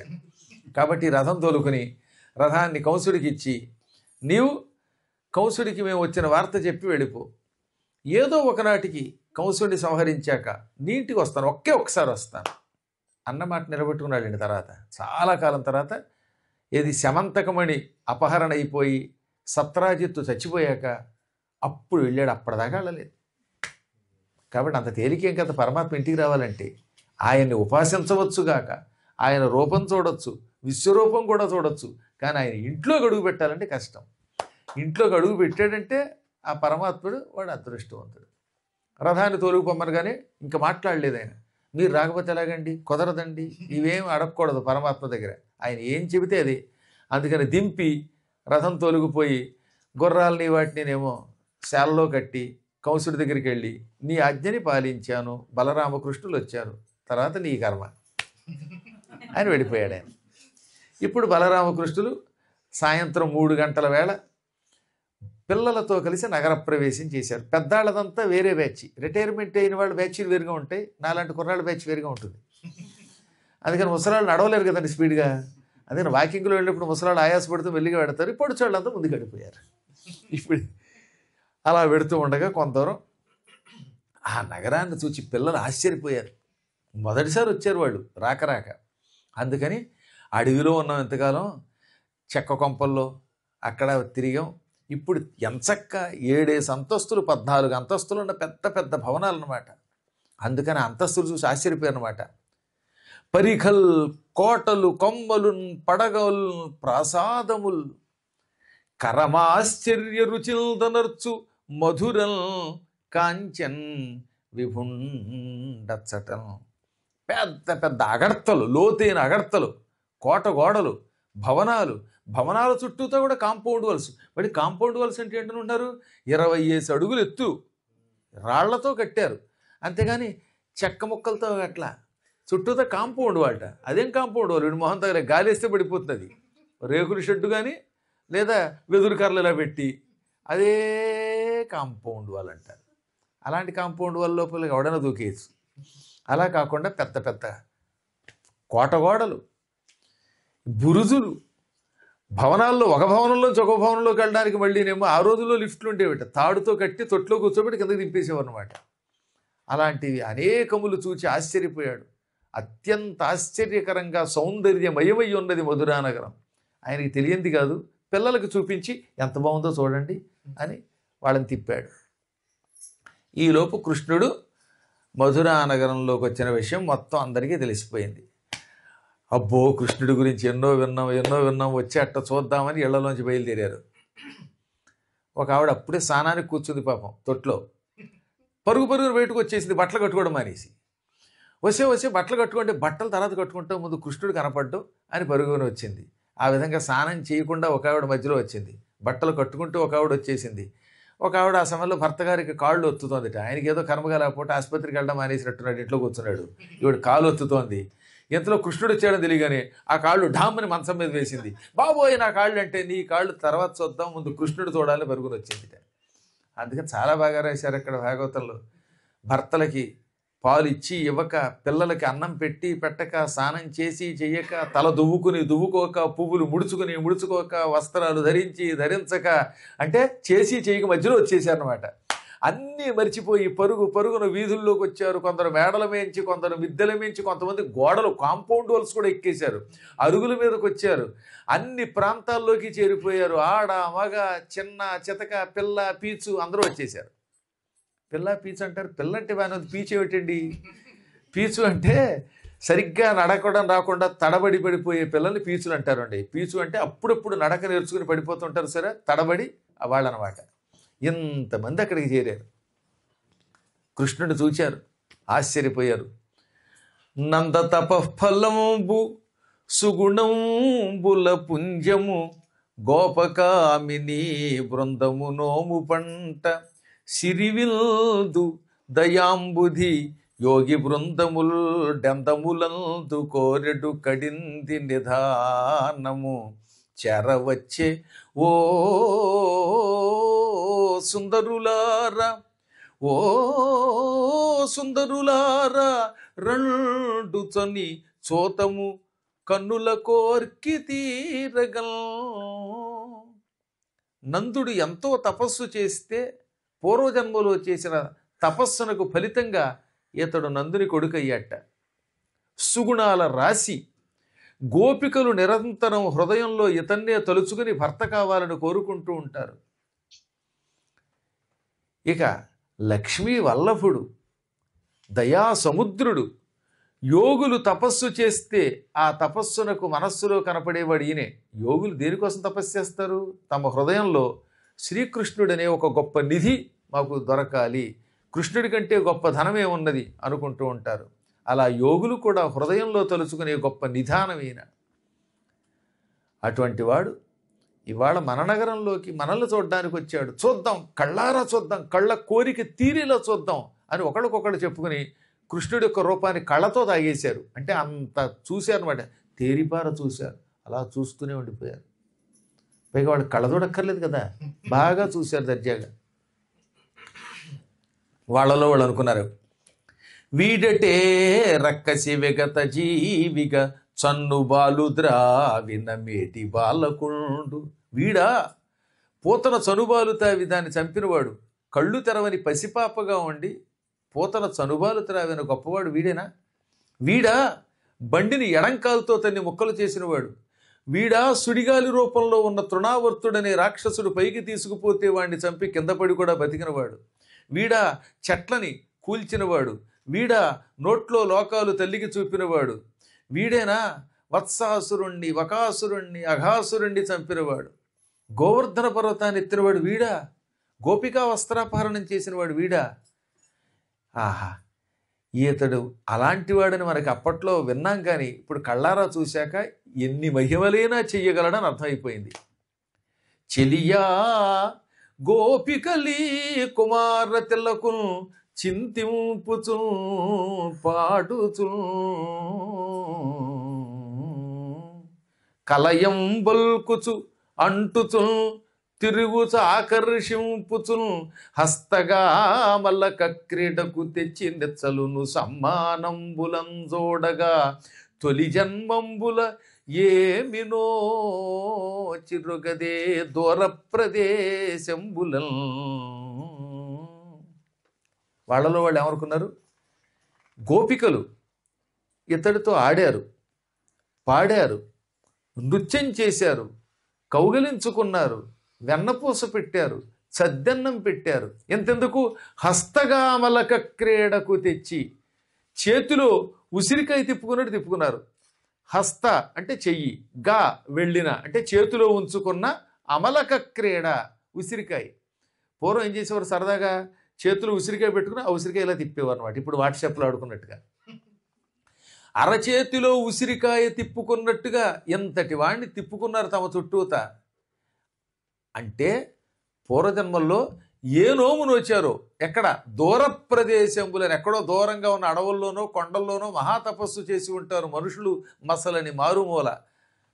అటువంటి చోట తపస్సు చేసి ఉండకపోతే ఈతడు చేతిలో ఉసిరికాయలాగా చేరతాడా? మనము ఉన్నాం. తెల్లారులేస్తే పరమపాపాత్ముడైన ఈ దరిద్రుణ్ణి, ఈ విదేశీ పుత్రుణ్ణి రాహుగ్రహంగాను చూడవలసి వస్తుంది, ఈ కంసుడిగాడిని. వీళ్ళేమో కృష్ణుడు చూస్తున్నారు, మనమేమో ఈ కంసుడిని చూస్తున్నాం. పోన్లే, ఇప్పటికైనా మన పాపాలు తొలగి పుణ్యం పండింది, అందుకే కృష్ణుడు చూడగలుగుతున్నాం. ఇక్కడే ఉండిపోతే బాగుండు, ఈ దిక్కుమాలాడు శాశ్వతంగా నాశనం అయిపోతే బాగుండని కంసుడు తిట్టుకున్నారు. కాబట్టి ఢిల్లీలో ఉన్న వాళ్ళంతా రాహుగ్రహంగానే తిట్టుకుంటూనే ఉంటారు. ఎప్పుడు పోతాడరా, పూర్తి ఎప్పుడు పోతాడని ఎదురు చూస్తారండి. పాపాత్ముడి పరిపాలన అంతవే, శాశ్వతంగా పరమాత్ముని యొక్క పరిపాలన వచ్చుగాక అని మనస్సులో భక్తితో శ్రద్ధతో ఆయన్ని పూజించారు. కృష్ణుడు అందరినీ అలా దీవించుకుంటూ నవ్వుతూ పలకరిస్తూ వెళ్ళిపోయాడు. అందరినీ పలకరించాడు, చిన్నపిల్లల్ని పెద్దవాళ్ళని, ఇందాక చెప్పినట్టుగా పిల్ల పీచు అందరినీ, పేరంటంగా వాళ్ళందరినీ పలకరించాడు. వాళ్ళంతా ఆనందపడుతూ ఉండగా కొంచెం ముందుకెళ్ళారు. ఆ సమయంలో మరో గంటలో సూర్యుడు అస్తమిస్తాడనగా బట్టలు ఇస్త్రీ చేసి ఓ బట్టలు తీయేవాడు కంసుడి యొక్క ప్రధానమైనటువంటి వాడు కంసుడికి హెడ్ అన్నమాట. అన్ని బట్టలు వాడికి బాగా ఉతికి పెట్టి మంచి గంజి పెట్టి ఇస్త్రీ చేసి పట్టుకెళ్ళిస్తూ ఉంటాడు, మంచి మంచి బట్టలు. వాడు కనబడ్డాడు, ముఖ్యుడైనటువంటి వాడు, బట్టలు ఉతికి పెట్టేవాడు, నాయకుడు. వాడు వెనకత చిన్న నాయకులు చాలామంది ఉన్నారు ఉతికేవాళ్ళు. వీళ్ళంతా దాదాపు 100 మంది ఉన్నారు. ఇప్పుడు కంసుడికి పట్టుకెళ్ళి బట్టలు ఇవ్వాలి, ఎందుకంటే కంసుడు ఓసారి బట్ట కట్టాడంటే అరగంటలో దుర్వాసన, దిక్కుమాలాడు కదా, పంది మాంసం అవి తెగ తినేసి ఒకటే వాసనతో ఉంటాడు. కొంత నయ్యం, రోజు స్నానం చేస్తాడు ఉండేవాడు, వీళ్ళకి వల్లే కాదు. ఆ దుబాయ్ వెళ్ళాం అనుకోండి, మాది స్నానం మాసానికి ఒక్కే మార్ అంటారు వాడు. అలా కాకుండా కొంత నయ్యంటి వాడు. వాడి బట్టలు పట్టుకెడుతూ ఉన్నటువంటి ప్రధానుడు కనపడ్డాడు. కృష్ణుడు వాడి దగ్గరికి వెళ్ళాడు. అప్పటికి వాడు బాగా వేసేసాడులేండి, ఫుల్గా వేసేసినట్టున్నాడు. కళ్ళు ఎర్రగా ఉన్నాయి కళ్ళు. ఇస్త్రీ చేసి కంసుడి దగ్గరికి వెడుతూ ఉంటే కృష్ణుడు చిరునవ్వుతో దగ్గరికి వెళ్ళి, ఓ రజకాన్వయాగ్రణి, మేము కంసుడు పిలువగా వచ్చాం, ఆయన మాకు మామయ్య. మేనమామను చూడ్డానికి కడుతున్న మేనల్లుళ్ళకి బట్టలు బాగుండాలి కదా, మా దగ్గర మంచి బట్టలు ఏమి ఏడిసాయి, ముతక బట్టలు కట్టుకున్నాం, ఖద్దరు బట్టలు. నీ దగ్గర మంచి మంచి పట్టు బట్టలు కనపడుతున్నాయి, ఫ్యాషన్ బట్టలు. పైగా అంటే ఆ రోజుల్లో ఫ్యాషన్ బట్టలు అంటే కొంచెం ఇక్కడ దాకా వేసుకునేవారు. ఇప్పుడు ఫ్యాషన్ అంటే ఆ ఫ్యాషన్ చూస్తే నాకు మోషన్ అవుతుంది దెబ్బకి. అసలు బట్ట ఏమి ఉండకపోతే అది పెద్ద ప్రమోషన్ అనమాట అది. కానీ ఆ రోజుల్లో మంచి బట్టలు కట్టుకునేవారు కనుక అందుకని అద్భుతమైన బట్టలు ఉన్నాయి, మాకు ఇమ్మన్నారు వాళ్ళు. విందులమై నరేశ్వరుని వీటికి వచ్చితి మేము, మాకు మా మందలలోన కట్టికొన్న మంచి పటంబులు లేవు, నీ ముడిన్ సుందర ధౌత చేలములు శోభిల్లుచున్నవి ఇమ్ము, నిన్ను మేలందెడు తెమ్ము రాజు దశ అల్లురమో రజకాన్వయాగ్రణి. నీ దగ్గర మంచి బట్టలు ఉన్నాయి, మా దగ్గర మంచి బట్టలు లేవు. నువ్వు ఇస్త్రీ చేసావు, మాకు ఇస్త్రీ చేసి ఇచ్చేవాళ్ళు లేడు, అక్కడ చెంబిస్త్రీ కూడా లేదు కనీసం. ఆ బట్టలు మాకు ఇయ్యి, మేమేం సామాన్యులు అనుకోకు, రాజుగారికి మేనల్లుళ్ళం తెలుసునా అనగానే వాడు పళ్ళు పటపట కొరికాడు. అందులో కంసుడు సొమ్ము చెడదిని ఉన్నాడు కదండి, పాపిష్టి దగ్గర ఉద్యోగం చేస్తే బుద్ధులు కూడా పాపిష్టి బుద్ధులే వస్తాయి. అందుకని వాడు పళ్ళు పటపట కొరుకుతూ, ఏట్రా మీకు కంసుడి బట్టలు కావాలా అన్నాడు వాడు. అసలు కృష్ణుడి ముఖం చూస్తే ఎవడైనా కరిగిపోవాలి, వాడి పూర్వజన్మ ఏదో ఉంది కర్మ. అందుకని ఏమన్నాడు, ఎట్టెట్రా మనుజేంద్రుచాలములు మీకి పాడియే మేరలుం కట్టంబోలుదురే పయోఘృత దధిగ్రాసంబులన్ మొత్తులై ఇట్టాడందనిగాక గొల్లలకు మీకెబ్బంగినోరాడెడిన్ కట్టా ప్రాణము కోలుపోయదు సుమి కంసోద్ధతిండెంభక. వరి కొర్రాడా, ఏం వాగుతున్నావు? మహారాజు గారు కంస చక్రవర్తి గారి బట్టలు ఇవి, ఈ బట్టల్ని కట్టుకోవడానికి ఎమ్మని అడుగుతావా? ఒకవేళ ఇస్తే మాత్రం కట్టుకోగలరా? ఈ లెవెల్ ఉండద్దా, లెవెల్స్. ఈ బట్టలు కట్టుకోవాలంటే అర్హత ఉండాలి, మీకు ఇస్తే మాత్రం కట్టుకోవడానికి మీకు అర్హత ఉన్నదా? ఈ మధ్యన మీకు బాగా సంపదలు పెరిగేట్లే, పెరుగు, వెన్న, నెయ్యి బాగా తింటున్నారు. జీడిపప్పు వేసిన సత్యనారాయణ ప్రసాదం బాగా తినేస్తున్నట్టున్నారు మీరు బాగా. దాంతో కొవ్వెక్కి మత్తెక్కి ఇలా మాట్లాడుతున్నారు. జాగ్రత్త, పిల్లాడు అని ఊరుకుంటున్నాను. ఇంకోడు ఎవడన్నా పెద్దవాడు అడుగుంటే ఒక్క దెబ్బకి చంపేసేవాడు, గుద్దుతో చంపేసేవాడిని. ఈ విషయం మా కంస చక్రవర్తికి తెలిసిందా ప్రాణాలు పోతాయి. అందుకని ఏమన్నాడు అనమాట సుస్పష్టంగా, కంసోద్ధతిండెంభక కట్టా ప్రాణము కోల్పోయేదు సుమి కంసోద్ధతిండెంభక. మా కంసుడి పరాక్రమం వల్ల క్షణంలో ప్రాణాలు పోతాయి, నోరు మూసుకొని మళ్ళీ మాట్లాడకుండా పారిపో అన్నాడు. సాధారణంగా కృష్ణుడు ఎవరైనా తిడితే నవ్వుతాడు. వీడు పూర్వజన్మలో శూర్పణఖతో తిరిగిన కరాళుడు అని ఒక రాక్షసుడు. వాడు ఈ జన్మలో ఈ రూపంలో పుట్టి ఏడిపిస్తున్నాడు. ఇది పరాశర సంహితలో ఉంటుంది, భాగవతంలో ఉండదు అనుకోండి. అక్కడ ఉంది కాబట్టి ఒకసారి సరదాగా తెచ్చుకుందాం, ఏముంది, నష్టం ఉంది. అందుకని ఈ దుర్మార్గుడికి పాత వాసన వల్ల ఇలాంటి వాగుడు రాగానే వీడి సంగతి ఏమిటో చూద్దాం అనుకుని కృష్ణుడు కోపం నటించాడు, తెచ్చుకున్నాడు. ఘోర కరాగ్రతలంబున ధీరుడు కృష్ణుండు శరము తెగిపడగొట్టెం పౌరుల గుండెలు పగులగ వీరోద్రేకిన్ మదా వివేకించాకిన్. వెంటనే కృష్ణుడు అరిచెయ్యిలా సాచాడు, మెడ మీద పట్మను దెబ్బ కొట్టాడు. అదనమాట కరాటే దెబ్బంటే. కరాగ్రతలంబును కొట్టినన్నాడు. సంస్కృతంలో కరాగ్రం కాస్త కొట్టేశారు వీళ్ళు కరాటేగా. ఈ చేత్తో ఇలా కొడితే ఇటుకలు పగిలితే పెద్ద గొప్పే ఉందండి. తెగ బలిసిపోయి ఇంత లావుగా ఉంది వాడి మెడ. ఆ మెడను ఒక్క దెబ్బకి నరికి అవతల పారేసేట. దెబ్బకి తెగి కింద పడిపోయిందన్నారు. చేత్తో నరికి తల అవతల పెట్టగలిగాడు ఆయన. ఆ విధంగా కృష్ణుడు కరాటే ఫైటింగ్ కనిపెడితే పేటెంట్ హక్కులు లేకపోవటం వల్ల మన దగ్గర వాళ్ళకి అంటగట్టాం.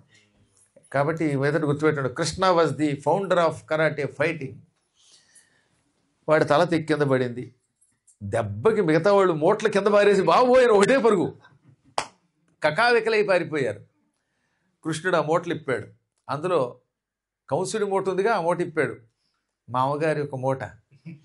ఆ మూటలో ఉన్న మంచి బట్టలు తాను కట్టుకున్నాడు. కొన్ని బలరాముడికి ఇచ్చాడు. ఇంకా పిల్లలకు కూడా ఇచ్చాడు. ఎన్ని ఇచ్చినా బోలెడిని బట్టలు ఏం చేసుకుంటారండి? ఏదో ఒక 2, 3 అయితే టీషర్ట్లు వేసుకుంటాడు. కట్ట పెడితే ఏం చేస్తాడు? అందుకని అందరినీ ఆ ఊళ్ళో ఉన్నటువంటి గుడ్డాన్ని, కుంటాన్ని, ముష్టాన్ని పిలిచి పట్టుబడి మీకు కావలసిన బట్టలన్నీ పంచిపెట్టేశాడు. అప్పుడు వాళ్ళు అన్నారు, ఎన్నాళ్ళైంది ఈ కంసుడి నగరంలో ఒక గొడ్డ ఇచ్చిన వాడు లేడండి, మీరేక మూటలు ఇచ్చి పంపేస్తున్నారు అని పొగిడారు. అప్పుడు పక్కన వాడు అన్నాడు, అత్త సొమ్ముకి అల్లుడు దానం అంటారు కానీ మామ సొమ్ముకి మేనల్లుడు దానం అని మొదలెట్టాలి మనం. మామ సొమ్ముకి అల్లుడు దానం, పట్టుకుపండి అన్నట్ట. ఈ విధంగా అందరికీ వస్త్రాలు ఇచ్చి ఈయన బయలుదేరాడు. అక్కడ ఒక తంతు వాయువు ఉన్నాడు, బట్టలు నేసే నేత పనివాడు. ఆయన చూశాడు కృష్ణుడి బట్టలు చాలా బాగున్నాయి కానీ కట్టుకోవడం కుదరలేదు వాళ్ళకి. కొంతమంది పంచి కడితే ఎలా ఉంటుంది తెలుసా? గుమ్మడికాయ చుట్టూ పంచి కట్టినట్టుగా ఊడిపోతూ ఉంటుంది. కుర్చీలు పెట్టుకోవడం, అందంగా కట్టడం, అలంకారం చేసుకోవడం అదొక కళ. ఇప్పటికి కూడా కొంతమంది చీర కడతారు, చీర కట్టినట్టు ఉండదు, కర్మ ఏదో చుట్ట పెట్టినట్టు ఉంటుంది. ఈ బాధపడలేకే బెత్తడి గొడ్లు కట్టుకుంటున్నారు చాలామంది. అందుకని కృష్ణుడిని బలరాముడిని పిలిచి, ఆ నేత పనివాడు, మహాత్ములారా ఇంత మంచి బట్టలు కట్టుకునే విధానం నేను నేర్పుతాను రండి అని దగ్గరికి తీసుకొచ్చి చక్కగా కుర్చీలు పెట్టి, ఇక్కడ దోపి వెనక కూడా కుర్చీలు పెట్టి ఎలా అలంకరిస్తే బట్టలు బాగుంటాయో అలా అలంకారం చేశాడు. బలరామకృష్ణుడికి నేర్పి తక్కిన వాళ్ళందరినీ మీరు కట్టుకోండి చూడండి అని నేర్పాడు. అప్పుడు కృష్ణుడు సంతోషించి, మంచి అలంకారం చేసావు మాకు, వస్త్రాలంకారం అంటారు ఇది, బట్టలు మావయ్యవే కానీ కట్టింది నువ్వే కదా, కాబట్టి ఏం కావాలో కోరుకుంటే నాకేం కావాలి, మీ అనుగ్రహం చాలు అన్నాడు. వాడెంత అదృష్టవంతుడు. వెంటనే ఆయన సారూప్యంబును లక్ష్మియున్న సయన ఐశ్వర్యాది సంధాయి, నువ్వు ఏం కోరుకోవటం లేదు గనక సారూప్యం ఇస్తున్నాను. సారూప్యం అంటే కృష్ణుడు ఏ రూపంలో ఉంటే ఆ రూపం అన్నమాట. అచ్చం కృష్ణుడు అయిపోయేవాడు. ఆ రోజు నుంచి వాడు చూసిన వాళ్ళందరూ కృష్ణుడు చూసినట్టు భావించేవారు. దాంతోపాటు లక్ష్మి డబ్బు కూడా ఇచ్చాడండి, ధనం ఇచ్చాడు, పదవిచ్చాడు. భగవంతుడిని ఏమీ కోరుకోకపోతే ప్రేమతో నిష్కామ భక్తితో సేవ చేస్తే అలా ఇస్తాడు. ఆ రోజు నుంచి వాడి జాతకమే మారిపోయింది. వైకుంఠానికి వెళితే అలాంటి రూపాలు వస్తాయి. భూలోకంలో వచ్చింది ఆ రూపం ఆయనకి. అనంతరం కొంచెం ముందుకెళ్ళాడు. అక్కడ సుధాముడు అని ఒక మాలాకారుడు ఉన్నాడు. మాలలు కట్టి అమ్ముకుంటాడు, పూలదండలు అమ్ముకునేవాడు. ఆయన చూసి అరుగు మీద కూర్చోబెట్టి, బట్టలు బాగున్నాయి, కుచ్చిళ్ళు బాగున్నాయి, అంతా బాగుంది, మీరు ఎంతో అందంగా ఉన్నారు, అయినా మెడలో దండ లేకపోతే బాలేదు, పూలమాలలు లేకపోతే పరమాత్ముడు శోభించడు అని తులసి, మల్లె పువ్వులు, మందార పుష్పాలు ఇలాంటి రకరకాల పువ్వులతోటి దండలు అందంగా తయారు చేసి కృష్ణుడికి, బలరాముడికి, తక్కిన పిల్లలకి ఇచ్చాడు. పువ్వులు ఇస్తే పరమ శోభ కలుగుతుందని శాస్త్రం. పుష్పాల వల్ల జ్ఞానం కలుగుతుంది, పుష్పాల వల్ల సకల శుభాలు కలుగుతాయి, మోక్షానికి అర్హత వస్తుంది. వెంటనే కృష్ణుడు ఏం చేశాడు, నీకేం కావాలో కోరుకో, మాకు పువ్వులు ఇచ్చావు కాబట్టి. పూజల్లో పుష్పాలు కూడా ఒక పూజ కదా, పంచపూజలలో పుష్పం సమర్పయామి ఒక పూజ. అటువంటి పుష్పమాలకి ఇచ్చావు, ఏం కావాలో కోరుకో. పైగా ఈ పూలమాల మా మెడలో వేయగానే ఇప్పుడు నేను వనమాలిక విరాజిత విశాల వక్షుడయ్యాను. వనమాలి అనే పేరు నాకు సార్థమైంది. వనమాల మెడలో ఉంది కదా, మెడలో దండ పడితే ఎంత అందంగా ఉంటాయండి, వనమాలి అన్నమాట. వెంటనే ఆయన ఉన్నాడు, నువ్వు కోరుకోమన్నావు కాబట్టి కోరుకుంటున్నాను, ఇవ్వాలి సుమా, ఇస్తానన్నాడు ఆయన. నా కోరిక చిన్నది, నీ పాద కమల సేవయు, నీ పాదార్చకులతోడి నెయ్యమును, నితాంతాపారభూత దయయును, తాపసమందార నాకు దయచేయగదే. నీ పాదపద్మములను రోజు సేవించాలి, రోజు కృష్ణుడి పాదాలు సేవించే భాగ్యం ప్రసాదించు. ఇంకా రోజు నిన్ను సేవించే భక్తులు ఉన్నారుగా, వాళ్ళు నీ పాదార్చకులు, వీళ్ళతో స్నేహం ప్రసాదించు. ఈ లండన్ బ్రిస్టల్ సత్సంగం వాళ్ళతో స్నేహం ప్రసాదించు. నిత్యము ప్రాణుల్ని ప్రేమించాలి, అందరినీ దయ చూడాలి, తరగని ప్రాణిదయ ప్రసాదించు. ఇవాళ ఇతరులను ప్రేమించవచ్చు, రేపు పొద్దున ద్వేషించవచ్చు, అందుకని ఎప్పుడూ తరగకూడదు ఆ దయ. అందరినీ ఎల్లవేళలా దయతో చూసే భాగ్యం ప్రసాదించు. నువ్వు ఇస్తావు, కారణం నువ్వు తాపసమందారుడివి. తపస్సు చేసుకునే భక్తులకి కోరిన కోరికలు తీర్చే కల్పవృక్షం వంటి వాడివి కనుక ఇది నాకు దయచేయమనగా తథాస్తు అన్నీ ఇచ్చానన్నాడు ఆయన. అక్కడి నుంచి ఇంకొంచెం ముందుకు వచ్చాడు. ఒక ఆవిడ దారిలో కనపడింది, గూనిది, ఇలా నడుము వంగిపోయింది, దాని శరీరంలో 3 వంకర్లు ఉన్నాయి, చేతులు, నడుము, కాళ్ళు 3 వంకరే. అమ్మాయి కాసేపు బయట ఆడుకోండి తల్లి. ఈ 3 వంకరలు ఉన్న గూనిది ఆశ్చర్యకరంగా ఉన్నది. దాని వెనకాతల చెలికెత్తలు ఉన్నారు. అది కంసుడి దగ్గరికి ఎడుతోంది. దానికి పెర్ఫ్యూమ్ ఫ్యాక్టరీ ఉందండి, సెంట్లు తయారు చేస్తుంది, సుగంధ ద్రవ్యాలు తయారు చేస్తుంది. అంత బాగా ఎవరో చేయలేరట. అది సుగంధం తయారు చేసి ఒంటికి రాస్తే వాడు ఏడాది స్నానం చెప్పినా వాడి శరీరం నుంచి గబ్బు వాసన రాదు, సువాసనే వస్తుంది అనమాట. అంత మంచి సెంట్ అది. మళ్ళీ కెమికల్స్ కాదు, పువ్వుల నుంచి తయారు చేస్తుంది, గంధం చెట్ల నుంచి తయారు చేస్తుంది, పచ్చకర్పూరం నుంచి తయారు చేస్తుంది. అటువంటి డబ్బాలు పుచ్చుకొని చిలికెత్తెలతో కంసుడికి ఇవ్వడానికి పెడుతుందన్నమాట. కంసుడు దిక్కుమాలనాడు, అప్పుడప్పుడు ఈ సెంటు రాసుకోకపోతే వాడి దగ్గర దుర్వాసన వస్తుంది, తట్టుకోలేము మనం. అందుకని వాడి కోసం పట్టుకెడుతూ ఉంటే కృష్ణుడు దాని దగ్గరికి వెళ్ళాడు. అదేమో గూని, 3 వంకర్లు, అంత అసహ్యంగా ఉంటే, కురూపంతో ఉంటే దగ్గరికి వెళ్ళి సుందరి అన్నాడు. మండిపోతటండి. ముఖం అసహ్యంగా ఉన్నవాడి దగ్గరికి వెళ్ళి సుందరా అంటే మరి మండదా? పొట్టిగా ఉన్నవాడి దగ్గరికి వెళ్ళి ఆ యానుభావుడివి నాయన, పొడుగ్గా ఉన్నవరా అంటే చేతులు పొట్టా, వాడు పొట్టిగా ఉన్నాడా, వాడి దగ్గరికి వెళ్ళి ఆహాహా 7 అడుగులు సుందరాకారుడు అంటే మండదా? అందువల్ల ప్రస్తుతం కృష్ణుడు ఆవిడ వేళాకోళం వాడుతూనే చిరునవ్వు నవ్వుతూ సుందరి అనగానే చుర్రును చూసింది. ఇంకోటి ఎవడన్నా అయితే లాగ్ గోపది కొట్టేది చంపేసిదే. కానీ కృష్ణుడి ముఖం చూడటంతో ఒక్క దెబ్బ కరిగిపోయిందండి. అంత కోపము తగ్గిపోయిందిట. గంధం పోయి కానీ దుర్వాసన పోయినట్టుగా పోయిందిట దాని కోపం. కానీ కృష్ణుడు సుందరి అన్నాడు కదా, అందుకని వెంటనే సమాధానం చెప్పింది. చక్కని వాడవౌదు సరసంబుల నంపకుము ఎల్లవారికిల్ చక్కదనంబులెక్కడివి చారు శరీర త్రివక్రయండ్రు నే నిక్కము కంసుదాసిని వినిర్మల లేపన విద్యదాన నన్మిక్కిలి రాజు మెచ్చు తగ మీరు విలేపనముల్ ధరింపరే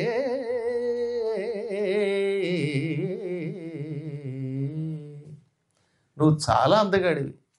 అంత మాత్రం చేత నువ్వు అందంగా ఉన్నావు కాబట్టి ఇతరులను వేళాకోళంతో బాధ పెడతావా? ఇలా సరసాలు ఆడతావా? బాధ పెడతావా? అందరికీ అందం వస్తుందా నాయన?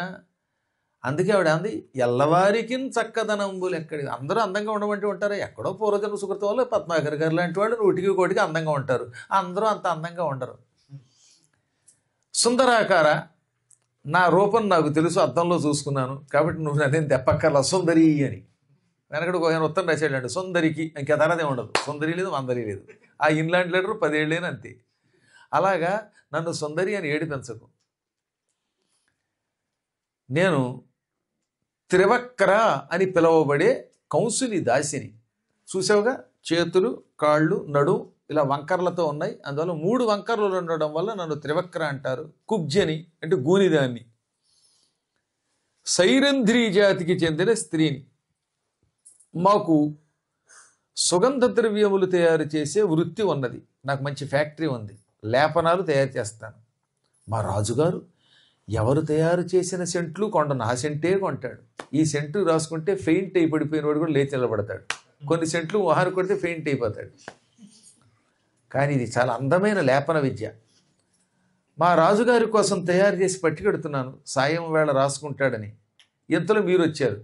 మిమ్మల్ని చూశాక రాజును చూసిన కళ్ళతో మొగుడు చూస్తే మొత్తం ఉద్దేశిస్తుందని సామెత ఉంది. ఇక మిమ్మల్ని చూశాక వాడిని చూడలేను, ఇది సుగంధం మీకే ఇస్తాను అని పెట్టిప్పి, సుగంధం తీయటం కాదు ఇవ్వడం కాదండి, రాసింది ఆవిడ ఒళ్ళంతా. కృష్ణుడికి ఒళ్ళంతా గంధం పూసింది. దాని అదృష్టం పండిపోయింది. సాధారణంగా గంధం సమర్పయామని ఇంత వేస్తారు, మొత్తం ఒళ్ళంతా పూసింది ఆవిడ. అప్పుడు కృష్ణుడు చందన చర్చిత నీలకళేవర పీతవసన వనమాలి అయ్యాడు. చందనం గంధము చర్చిత పూయబడిన నీలకళేబర నల్ల శరీరం కలిగిన వాడా అని భక్త జయదేవుడు అంటాడే, అలా ఒళ్ళంతా గంధం పూసింది ఆవిడ. గంధం పూయబడిన శరీరం కలిగిన వాడు అయ్యాడు. అది కూడా చారు చర్చిత, పైగా అందంగా పూసిందాడు. చర్చితము అంటే పుయ్యడం, అందంగా పూసిందాడు. ఏదో పూసేది అక్కడ పేరంటానికి వచ్చిన వాడికి పూసేస్తూ ఉంటారు హడావుడిగా, ఏదో పెంట కింద. అలా కాకుండా గంధం చక్కగా పుయ్యాలండోయ్, అందంగా పుయ్యాలి. ఏదైనా చేస్తే హడావుడి పడిపోకుండా చేయాలి. ఇంత హారతి వేసేసి దబా దబా తిప్పేసి ఇలా పారేసి పరిగెత్తుకుని సినిమాకి వెళ్ళిపోతే ఉపయోగం ఉంది? అందంగా అలా హారతి ఇస్తున్నప్పుడు పాటలు పాడుతూ ఉంటే అదొక అందం.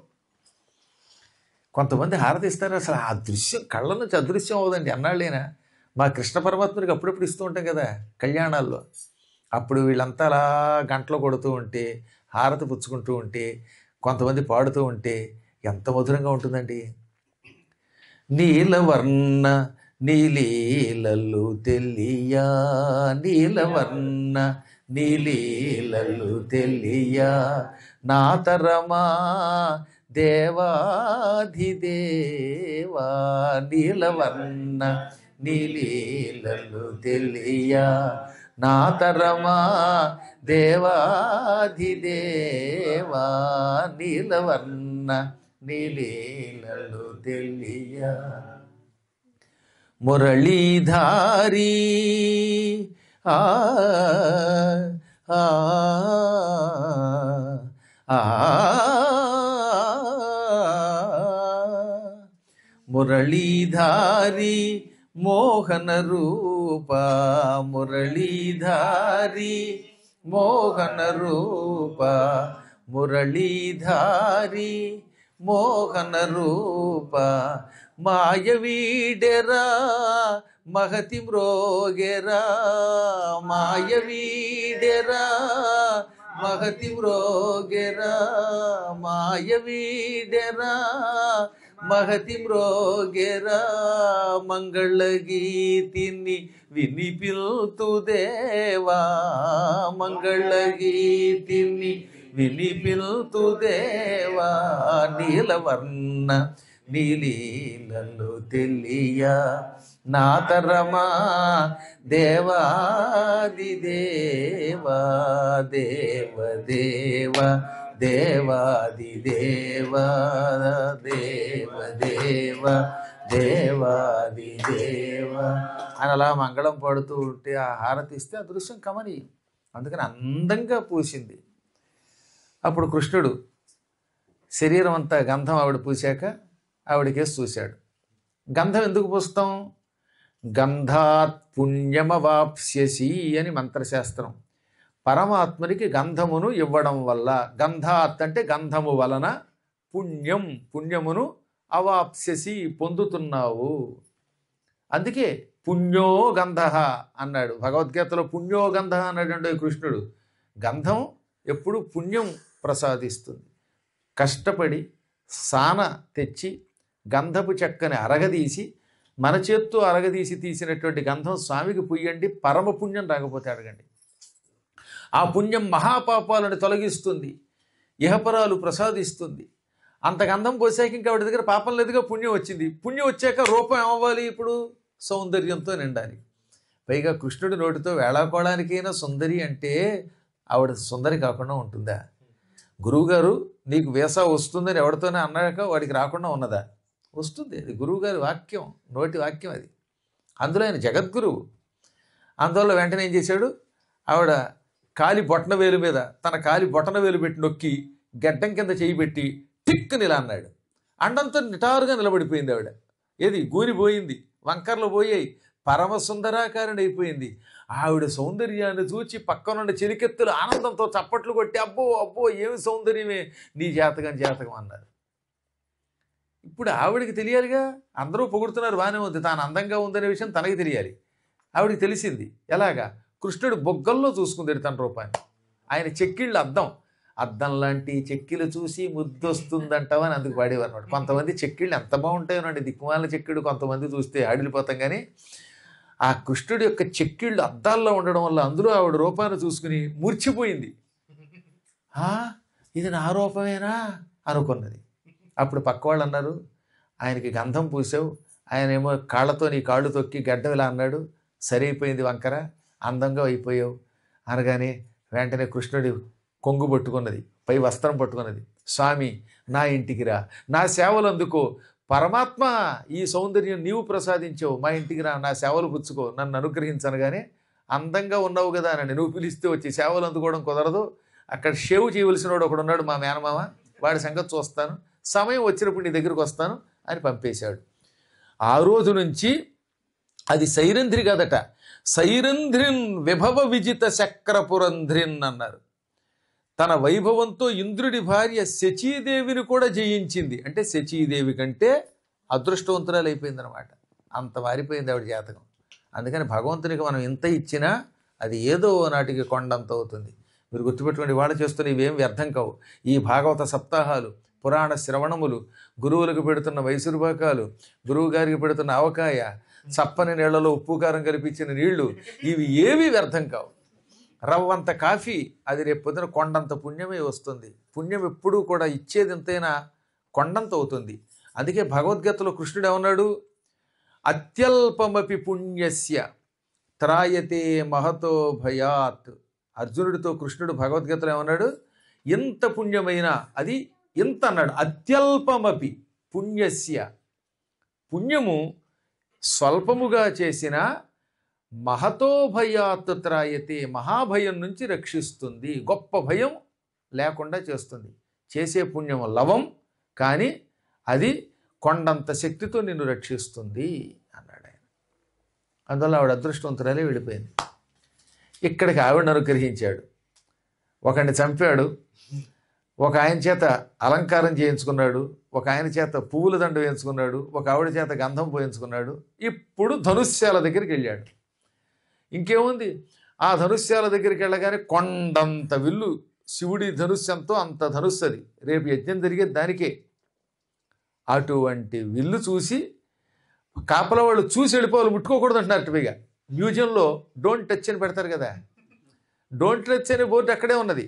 కానీ కృష్ణుడు ఏం చేశాడు, బంధుల్ మేలన వామహస్తమున చాపం బెత్తి మౌర్వీలతా సంధానం వనరించే. పక్కనున్న బంధువులు కృష్ణ వాళ్ళు వద్దన్నా సరే ఎత్తన్నారు.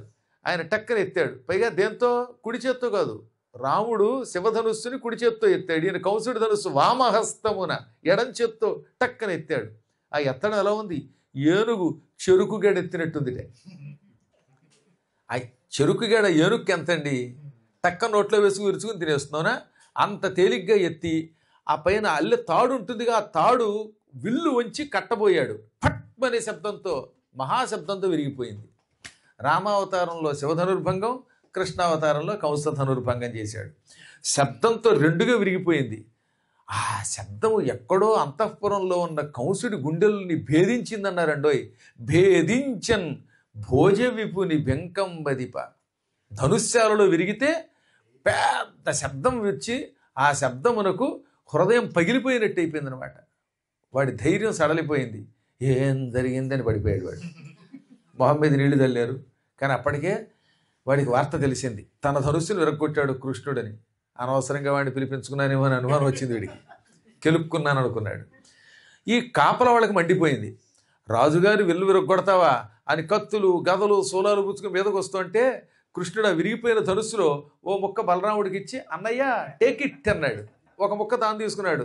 రెండ్రే అని వచ్చినవాడు వచ్చినట్టు ఆ ముక్కలతో దబా దబా 4 వాది మొత్తం భటులందరినీ పీనుగు పెంటలు చేసి పారేశారు. చివరికి కంసుడి యొక్క ధనుస్సు ముక్కలతో వాళ్ళనే ముక్కలు ముక్కలు చేసేసారు. ఆ రాత్రికి మాత్రం ఎందుకైనా మంచిది పిల్లలకి కాపలా ఉందాం, ఎందుకంటే కంసుడి భటులు మీద పడే ప్రమాదం ఉందని అరుగు మీద పడుకొని పిల్లల్ని పడుకోబెట్టి వీళ్ళు మాత్రం మెలకుగా ఉండి ఆ ధనుస్సు ముక్కలు భుజం మీద పెట్టుకుని పైగా క్షీర అన్నమే తిని కాపలా కాశారు. రాత్రిపూట ఎప్పుడు పాలతో అన్నం తింటే మెలకుగా ఉండొచ్చు, పెరుగు అన్నం తింటే గుర్రం నిద్రపోతారు. అందుకని పైగా లాంజ్ లేదు అక్కడ, అందుకని హాయిగా గుంజీలు తీస్తూ కాపలా కాశారు. కృష్ణుడు వచ్చాడు కదా, ఆ రోజు త్రయోదశి, మర్నాడు చతుర్దశి, ఆ తర్వాత అమావాస్య నాడు హోమం జరగాలి.